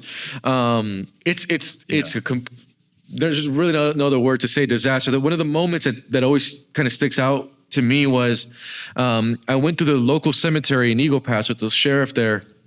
And we were talking about the drownings of the migrants. And so we look at the crosses, and they were getting so many drownings, they couldn't afford crosses. They actually had to put them in PVC pipes as a kind of the crosses, like makeshift crosses. And then, so they'll have like the rows, and you're reading like John Doe, Jane Doe, John Doe, Jane Doe. And the sheriff walks me to the other side. He's like, let me show you something. And they had a whole section for the children. And then there, it was sad, man. I'm reading like baby John Doe, baby, Jane Doe. And then he was like, I can't even identify these children, man. He's like, we don't have the resources. And then, like I said, they had to call the state of Texas to bring a freezer trailer to store the bodies. It's like mass graves almost. Mass graves, This reminds me of like the Wild West when people would take wagon trains to try to make it to Oregon and California. Just people dying constantly just on the side of the trail. You know what I mean? I've interviewed migrant women, man, that like while they were held in stash houses and held captive, they had to like come sit there and watch like their teenage daughter or sometimes younger like be abused by these guys, by these smugglers. The tree situation. Many of these women, like when they're traveling, have to like they literally have like condoms on them because they could literally be assaulted or like at almost any second in Mexico. That a lot of for these migrants, like the most dangerous part is Mexico because you're dealing with two different factions where you have the smuggler cartel angle, then you have the corrupt law enforcement that also extorts some of these migrants, and they also abuse these migrants as well. Right. So it sounds like the scariest place, the worst place to be is a migrant in Mexico that isn't paying top dollar, because the cartels are not going to let you abuse their Chinese migrants. No. Right? You'll get killed. It doesn't matter if you're a cop, you're a fed, you're going to get whacked if you with them. But it's really the chaos of the poorest migrants where there's the least control by the cartels on the East Coast, where anything can happen. What is Mexico doing now? As of like right now, you know, they're making a big show of like sending their military to the border. Do you have any updates on that? Like, is that doing anything? Is that having any effect, or is that all? So basically in the start of last year, December 2023 was a game changer because that broke the record on the most illegal crossings. I believe it hit around 260,000. We were in just in the month of December. Just in the month of December. Then we were in Eagle Pass, which was, I believe, Eagle Pass. Forget the exact number, but they had like over like maybe 15,000 there. And there was one day where we saw 5,000 personally on the ground. The following month, so it's January 2024, Biden is under extreme pressure now from his own party to crack down. So then Biden introduces executive orders. So now, like, if you illegally cross, it's like they're not going to do the catch and release. There was a secret meeting between Biden officials that went to Mexico and then spoke with, at that time, it was Obrador's officials. And they basically agreed, like, he's like, hey, man, you need to, like, basically get a crackdown on here for me because it's really looking bad. And I think probably the Democrats are probably getting internal polling like, hey, we are losing this immigration story so big, it could possibly swing the election to Trump. So then Mexico, what they did is they launched what they called Operation Carousel. So under Operation Carousel, they stopped allowing migrants. Like, if you notice, like, from there, like when caravans took off from Tapachula, they would instantly break them up into smaller groups. Now, those groups will still make it to the U.S. border, but the visual of like thousands marching, like Mexico got a crackdown on that and started being stronger on enforcement. So they started running those operations, and it started to, like, we actually did interview migrants who were like, hey, like, we were caught by Mexicans and like we were sent back to Tapachula. Some were like, we're not even gonna try again. Like, they really cracked, like they got really serious. Now that kind of led into, obviously, so now you have Trump, and then now you have the American side where like their executive orders come in. Then Trump does the thing where he's now pressuring President Sheinbaum to deploy the troops, or they were going to do the tariffs. So then Sheinbaum now is under pressure to where she has now 10,000 troops on the border. It's still too early to tell like the exact impact that they're having, but I would say like you could definitely feel that Mexico is feeling that heat of like we at least have to show that we're doing something. So by the numbers, like right now things are down. I still think we're in the wait and see process of it because we have to see if it can be sustained, if cartels how they're going to adapt, and then also like the messaging with migrants like, hey, we're getting so desperate, we're just going to move it anyway. Like we have to see, but it's clear that Mexico feels the heat. Operation Carousel is launched. They got the 10,000 troops. They opened up a bunch of shelters on the border, so they have that Mexico Embraces You program. So we'll see how Mexico's, how serious they are these kind of next months going forward. That would give us a better picture of the story. Ed sent me a video of Mexican Marines or Guardia Nacional. They were looking for tunnels with like pickaxes in the middle of the middle of the desert. You're like, this is like theater. So, I mean, when we saw under Biden too, is like when there would be those moments where Mexico felt the pressure, like they would just deploy troops to make it visible.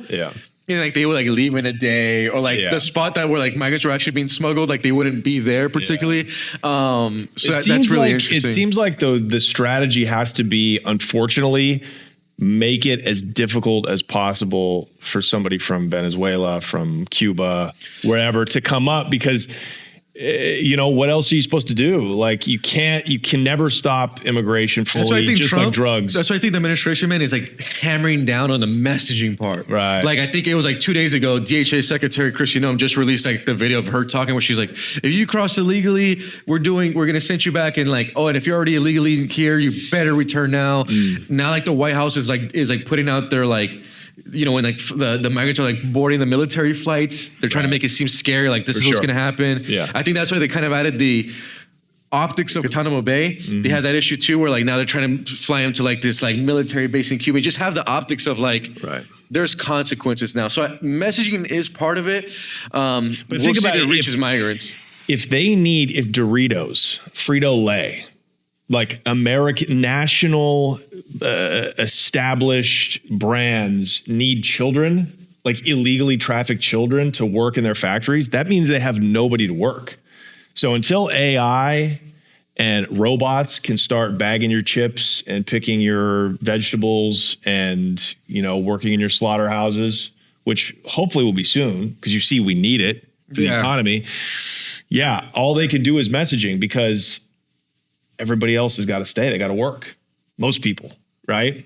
And it's interesting too, man, because all this comes down to, the messaging and everything at a time where, like, at least that I can remember, probably the most pressure that the U.S. government has ever placed on Mexicans, and also like then crack down on cartels themselves. So you have like the cartel angle, the migrant angle. I think it was just literally this morning I was on the way here to do this show with you, where now it's official that like Trump designated the Sinaloa cartel, Jalisco Tren de Aragua as like officially now terrorist organizations. According to CNN yesterday, the CIA is now flying those Reaper drones into Mexico, collecting data. We had already a couple of spy planes go in. I was kind of shocked by that because I didn't think U.S. government was going to go that far. But it seems like they're really anteing that pressure, and probably, like, at least that I can remember, the most aggressive that they've gotten on this issue. I guess, if they ended the war in Ukraine, if they withdrew a bunch of their military forces, like Trump was talking about cutting the Pentagon budget in half. I guess if he can really end most foreign wars or foreign interventions that America's part of that costs us, trillions of dollars a year, I guess he could sustain like a low-level warfare on the border for a while. Not forever, but for a while. I mean, we were in Afghanistan for 20 years and it was like low-level combat all of the time. I suppose it's possible to keep like at least not have the border gushing, just have it be like a trickle of migrants. The drugs, dude, you put them in a FedEx package, they'll be there the next day. That's never going to stop. People are, if they think drugs are going to stop at all. And you know nothing about drug trafficking. And what people don't know is that, like, because people always tell me like, Jorge, it's are they using like migrants to bring them in? I'm like, they're never going to use a migrant. Like, they're so inexperienced. The migrant is a distraction too. They're not going to be like put in a backpack and like trust a migrant from Venezuela with fentanyl or whatever. It's still moving in all through ports of entry with American citizens. A lot of cartels, what they do on purpose is they have their children be born in the U.S. so they can use a dual nationality, and then they've been nicknamed narco juniors. I'm from Palmdale, California, so like literally 10 minutes from my house, El Chapo had his twin daughters born in that Palmdale hospital. So showing you how like they're always gonna want their kids to be born. That's never gonna stop because it's all still through the port of entry. The majority, you're always gonna have obviously runners come in, but it's always gonna be American citizens, dual nationals, still bringing in the drugs. The thing that I'm gonna be fascinated about, I think, to watch these next 6 months, a year, is will the United States conduct another covert mission in Mexico when it comes to cartels? Because it seems like they now know when it comes on this issue, we are completely leaving the Mexican officials out of it, which almost no administration really operated like that. The El Mayo story was like a movie. The fact that they like ran this complete covert mission, and then like how also as a journalist, I appreciate how Mexican officials were honest about it, because they were like on their Monday press conference, like, we found out about this 2 days later because the U.S. Embassy called us and basically like, we just ran this operation on El Mayo. It's wild. Well, there's no more dominoes. There's no more kingpins. He was the last domino. So what they speculate is that the only people left to snitch on, because all these guys, what they do is they get caught, they snitch, or they preemptively rat. Right? They, Mayo turned in Chapo, Chapo turned in Arturo Beltran Leyva back in the day. So it's all a chess match, right? So Mayo's the last piece to fall. Who's he going to tell on? The politicians, the Mexican elite, the people he's been paying off for generations. So he's making a deal right now in New York City. Did you know that? Yes. He's cooperating. That's who he's telling on. He's cooperating with the people that allow all of that, which is Mexico City. It's Mexico's elite that allow the drug trafficking. They allow the human smuggling, all the corruption. They allow it. So that's what they speculate, is that was the first, arresting him, going after him. That was the first move to like take down some of these people in the Mexican political elite.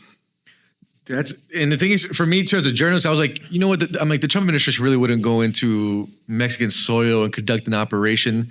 I remember I said that like on a podcast like about like 3 months ago. Now my opinion has completely changed. You think they could? Now I think. Well, I read yesterday they're so aggressive. I've never seen an administration this aggressive. Like obviously every American administration is gonna be like, we don't like cartels, but like, you know, Mexican government isn't gonna like work with them. I think really for the first time, they're like, we are gonna conduct covert missions. Defense Secretary P7, when it came to like bombing them, he was like, all options are on the table. He's like, I don't want to get ahead of the president. All options are on the table. I think now it is more likely that they will conduct some type of covert mission. Well, they're already training. They just came out yesterday with the article. They already sent U.S. Special Forces in to train Mexican Special Forces on how to take these guys down. So that. Well, I kind of pushed back because a lot of influencers like took that headline and were like, U.S. forces are training them to fight cartels. I was like, that's completely normal. It's probably like 10 special berets that we got. But it's just interesting now the timing. And now this report of the CIA. The thing is, when the CNN and all these Washington Post, when they started reporting on the CIA drones, the thing that comes back to me is like, that story is planted by the CIA. Someone purposely leaks that to a journalist like, hey, we're running this drone operation on cartels in Mexico. Here you go, Washington Post. Here you go, CNN. So the reporters, you know, there's for me, it's like, why also is the reason the CIA wants this out there? Well, why is it? What's the goal? I don't know. You know, like that's where things get interesting. Because a lot of like conservatives got mad at CNN. They're like, oh, they put this out in print for our enemies. It's like that. It doesn't work like that with the CIA. It's like they purposely leaked that to reporters. What's the reason why they want? I don't know. Do they want Mexico's government attention or whatever? I don't know. But now, like I said, my opinion on the covert mission has completely changed. I think under this Trump administration, we'll see some type of. I mean, I don't know how it will look. I don't know. Like, I know people like to think everything is like a movie like Sicario. It's like that's not how this is gonna operate. But I think we're getting closer to some type of operation because they're doing CIA drones. They already did some of these spy planes that were like off the coast of Baja California, then Sinaloa. This military training is not there to fight cartels, but it's coming at like such an interesting moment that was approved by President Sheinbaum. And then you have the defense secretary saying all options are on the table. Like I think we're itching to something closer that obviously we don't know what it'll look like, but I think it's highly likely now. I think it could have something to do with, it's got to go deeper than drugs and migrants. It has to do with the economy, I think. I think it has to do with the tariffs. I think it has to do with the fact that Mexico has so much investment from China, our competitor. They want to build like the new Panama Canal, but it's like Panama Canal times like 1,000. It's going to run through. It would run through the southern states, Chiapas, and all those war zones right now. Such a good point. They're going to run like a transcontinental port highway from there, connecting the Pacific to the Gulf of Mexico. Think about that. Think about how much cheaper and faster you could move goods coming from the east, bro. It would make Mexico like as rich as the U.S. almost. It would pour billions of dollars into the economy. So, dude, the U.S. is, this is posturing. This is my opinion. The U.S. is weak right now, dude. We're stretched everywhere. We're going through a change in a system. And you're going to see a lot of economic hardship in the U.S. And I think, I don't believe the posturing. And I think if you actually bombed, like you're going to bomb like thousands of fentanyl cooks in Sinaloa. That's you're going to kill so many innocent people. That's where I'm at too. It's like we are not some like really omnipotent force that has the power to like just strike the right targets. I mean, look at the buffoonery. Look at us trying to get out of Afghanistan. I mean, the empire's over. So I don't know. There's no more kingpins to go after. I think we're at the beginning of a 50-year, called 40 or 50 years of demilitarizing. No more war on drugs. No more global hegemony. You know what I mean? So, I mean, it's possible we could do some crazy like bomb Mexico. It'd be like bombing Canada. Think about that. They have fentanyl coming out of Canada. Are you going to blow up. Yeah. Are you going to blow up Surrey, BC, where all the Chinese live up there, you know? And it's different too for Americans, man, because it's like it's easy like for the U.S. military to be like, oh, we're gonna bomb Afghanistan because we don't know anyone from there. Right. We're not like they're not our neighbors. Exactly. We don't see it like right now, dude. We're basically fighting Israel to bomb Gaza. Right. We don't see it. Right. It's a completely different element with a neighbor like Mexico, especially when you have so many Mexican American. I mean, we're in Texas, you know, so it's all Mexican American. Somebody here is gonna be like, wait, they blew up my cousin. So that's gonna be extremely interesting. I guess I've just been shocked of just how like upfront the U.S. government has been. Maybe but I think that's you got to come in waving you got to bark loud, and that's going to deter at least some people. You know, like the cartels are hiding right now. The bosses have gone underground completely, and they may never reemerge. Like you'll never see another.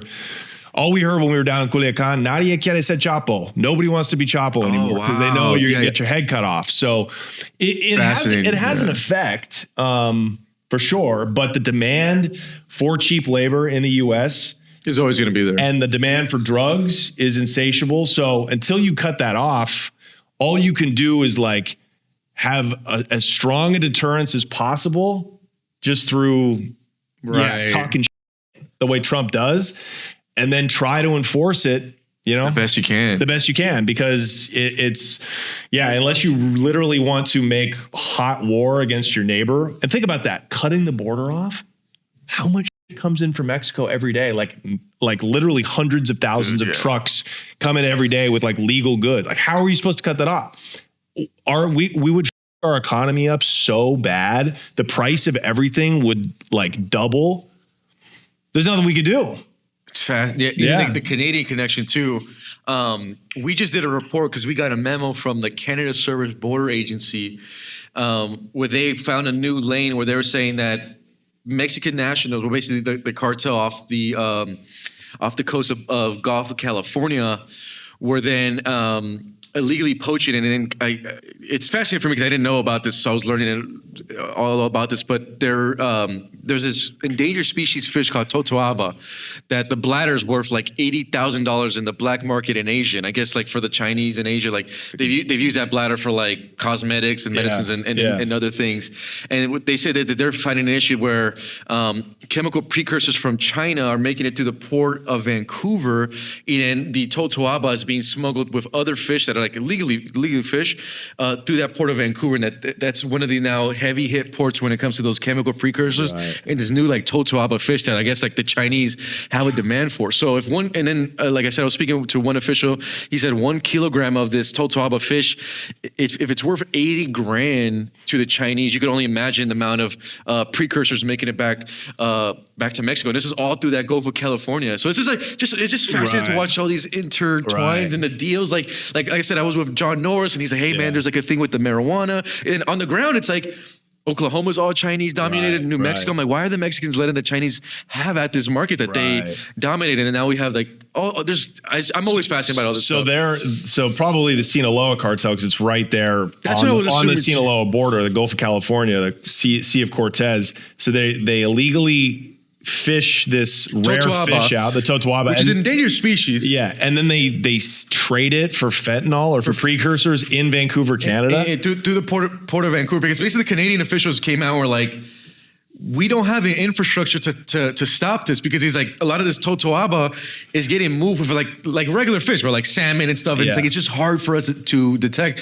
So they're saying, according to them, like I said, they're saying so much of that chemical precursor, some of it is staying at that port of Vancouver, like staying in Canada. Yeah. He said, but the majority is making it through Mexico. And then the Chinese are getting this bladder that to them, I mean, I don't understand this stuff, but to them it's worth 80 grand in the black market. So, this stuff with the Mexican Chinese connection has been so fascinating to me. Like I said, I was recently in Tijuana and they made like this huge announcement, like, we have more flights now to China, and like they're making it easier. I believe now like the Chinese probably don't even need to go through the whole like Ecuador loophole if they want to come illegally. They could probably just fly directly to Mexico. Fly to TJ or fly to Mexico City. Yeah.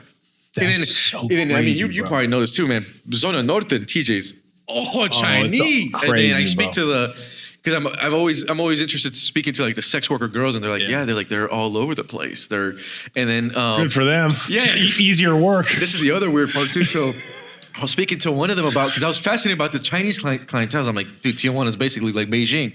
And then she was like, I'm gonna tell you something like one-on-one. I was like, okay. And then she's like, a lot of the Chinese, when we take them up to the room to have, you know, obviously sex, he says for them to get turned on, they watch on their phone. I said, what? And they're saying common for Chinese men that like they bring a Mexican sex worker upstairs for them to kind of get going. They look at that, and then I don't know. Like I said, all you know, the inner stories on this stuff, but like for Mexican nationals, that's alarming. That's like not normal. They operate like that is not a normal thing. No. Where you know, for these guys, yeah, it is. So for like a lot of girls told me. Been very spooked out. Like for them, that's like she's like it's normal for a guy that like we come into a room, he needs to watch you know, some porn to get turned on. He's like, but he's like, some of our Chinese clients watch. I was like, damn, dude. I'm like, I wonder what kind of phones those guys are operating and the stuff that they're wild. That's out of because TJ. at least when you're dealing with people that come from the Western Hemisphere, there is like a shared value system. Yeah. Even though life's a little cheaper, obviously, in Mexico and quite a bit cheaper in Venezuela because of just the years of poverty and all that. But there is like a line. There's not a line, yeah. But the East, dude, is a different. Completely different culture. It's just a different way of life. It's a different, you know, I mean, bro, you couldn't even species. You couldn't even bring that up on an American phone, man. The minute you bring it up, like, boom, law enforcement's cracking on your door. Well, so it was fascinating watching. But you know what? I say that, but the number one market for consuming porn is the U.S. Yeah. So it's like that is a dark problem. So I don't even want to. That's a whole nother rabbit hole, bro. Yeah. But okay, so what about the tunnels? I wanted to ask you this before you get out of here. Are there tunnels that they're still utilizing for migrants? The cartels? So migrants they've used the tunnels of smugglers, but it's kind of like a small number that are being moved. Isn't it like a crazy high number? But I know, like, I was recently in the tunnels in El Paso. We did like a thing with Border Patrol agents there, just kind of seeing how they do those operations. First of all, it's a whole nother world when you're in those tunnels. I mean, you have no air, all the elements and smell. It's insane. Then the Border Patrol agents who are even specialized to be in those tunnels is like such a small number of guys that could even do that operation. So like if a regular Border Patrol agent catches smuggling, he can't even go in there. He has to contact this specialized unit that like deals with how to operate in these confined spaces. So it's already like a crazy scenario. So according to them that I spoke with, the La Línea cartel normally moves like about 1,000 migrants per month through this system, which was fascinating. So it's not like, you know, it's not like a large number that are being moved, like masses and masses. Is that the high price people get the tunnel? Because that seems like the safest way to get across is just to go folks who underground. are looking to pay higher, then are also looking to not turn themselves in. So you could run into different nationalities there. You know, you could run into like a Salvadoran who's not looking to get caught, Guatemalan. It's more of those types. You're not going to be running into like the Venezuelans because they just want to reach American soil for the asylum. Yeah. Obviously everything's kind of changing now. So we'll see how the tunnel system adapts. So that was kind of fascinating. But he's like they'll move kids through here. Yeah. We've done rescue operations. So it's not, like I said, it's not a lot, but there's still 1,000 bodies and even like. It's still, man, like there'll be a group of 5 migrants that are moving in there. Yeah. And if they get abandoned by the smuggler, I mean, dude, it's completely dark in there. I mean, for us, we have headlights and equipment. Right. But for these migrants, they don't. I think they save the good tunnels for drugs. Yeah. Like the shit that Chapo used to build, like, bro, they had air systems down there. They're not running migrants through that at all. No, they're not running migrants. They're saving that for the dope. Yeah. So you say it's the La Línea cartel is the Juarez operation? Yeah. And then on the east in Matamoros, it's a Cartel del Golfo, the Gulf Cartel. You have that, but majority is, Matamoros to Reynosa is like heavily up to also Nuevo Laredo, heavy Gulf Cartel. And that's an area where you see more where they operate without that impunity. So like you go to Reynosa, I mean, I wouldn't go to the cops for anything. In those why do you think it's easier to flip cops? I mean, obviously we talked about like TJ is getting gentrified with Americans, so they have to kind of clean their image up a little bit. Like, why do you think it's corruption's so embedded in the eastern states of Mexico? Do they just have more money? Do the cartels have more money? I'm also fascinated. Like, I don't have like a clear answer, you know. Okay. But it just to me, we gotta go look into that. It's it could probably be a money aspect, the threat level. Every area has a geographical like advantage. The issue with Tijuana is that you just have so many Americans there, so it kind of plays this element of like they kind of don't control it the way these other areas. But like I said, that one example where like that American guy got kidnapped on an American side, and the way that they were able to enter the port of entry there was fascinating. The amount of probably cocaine they're probably moving through like Matamoros is probably such a high number.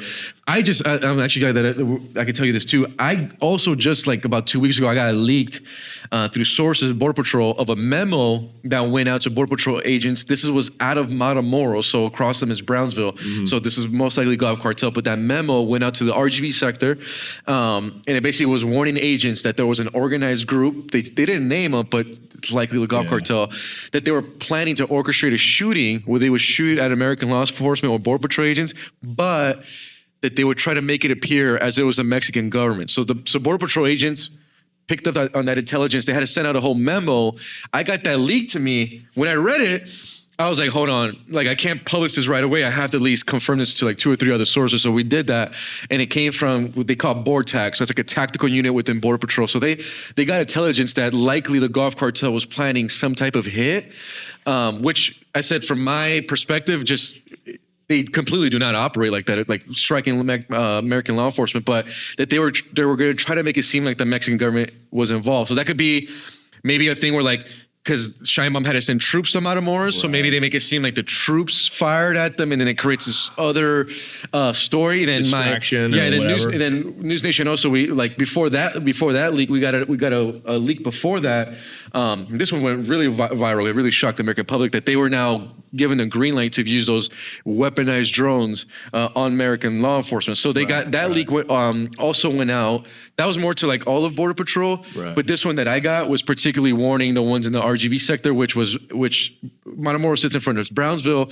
What was also interesting out of RGV is that when we were on the ground, we were in Fronton, Texas. That's the same place like a week before, where cartel guys actually shot at Border Patrol agents. It's just that like no one was hit. So that was kind of interesting. And then if you guys look like on Google right now, Matamoros or Tamaulipas, they have like that new warning, even to the Mexican nationals, are like, hey, if you see this stuff, don't touch it. And basically it's like explosive weaponized drones that, so the tensions are rising like that. That's like for sure. Think about it, that's like, they operate like spies or like armies. Like, hey, we're going to dress guys up as Mexican Marines and shoot at the U.S. Border Patrol. So they're feeling the pressure in some way to for them to be like, we totally don't care is not true, I would say. No, of course they care. Yeah, they're rational but it was interesting actors. to like actually get the memo and be like, wow, Border Patrol's been alerted. So like, you go on the border now, guys are like, I mean, they always have, but they're really like being cautious now, especially after the shooting in Fronton. I was actually driving to McAllen, and then the shooting occurred on Twitter.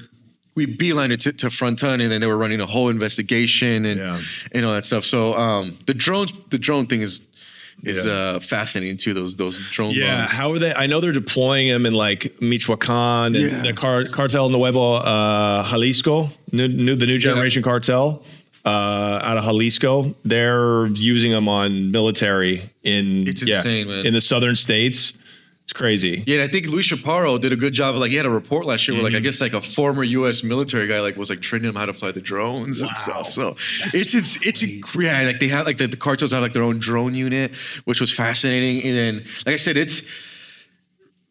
I reported it on the border the past 4 years, and we never got memos like the ones that we're getting now and the warnings. So the tension is rising. Something is building up, and then you have the CIA aspect now flying the spy drones. I definitely think this is the last generation of that kind of in Mexico, because I just think they're modernizing, and there's just so much money that's going to come in. They're moving all the factories away from China, and they're going to put them in Mexico. I think this is like their last gasp, like cartel warfare like that. You know what I mean? There'll always be drug trafficking out of Mexico, but they'll be like criminals.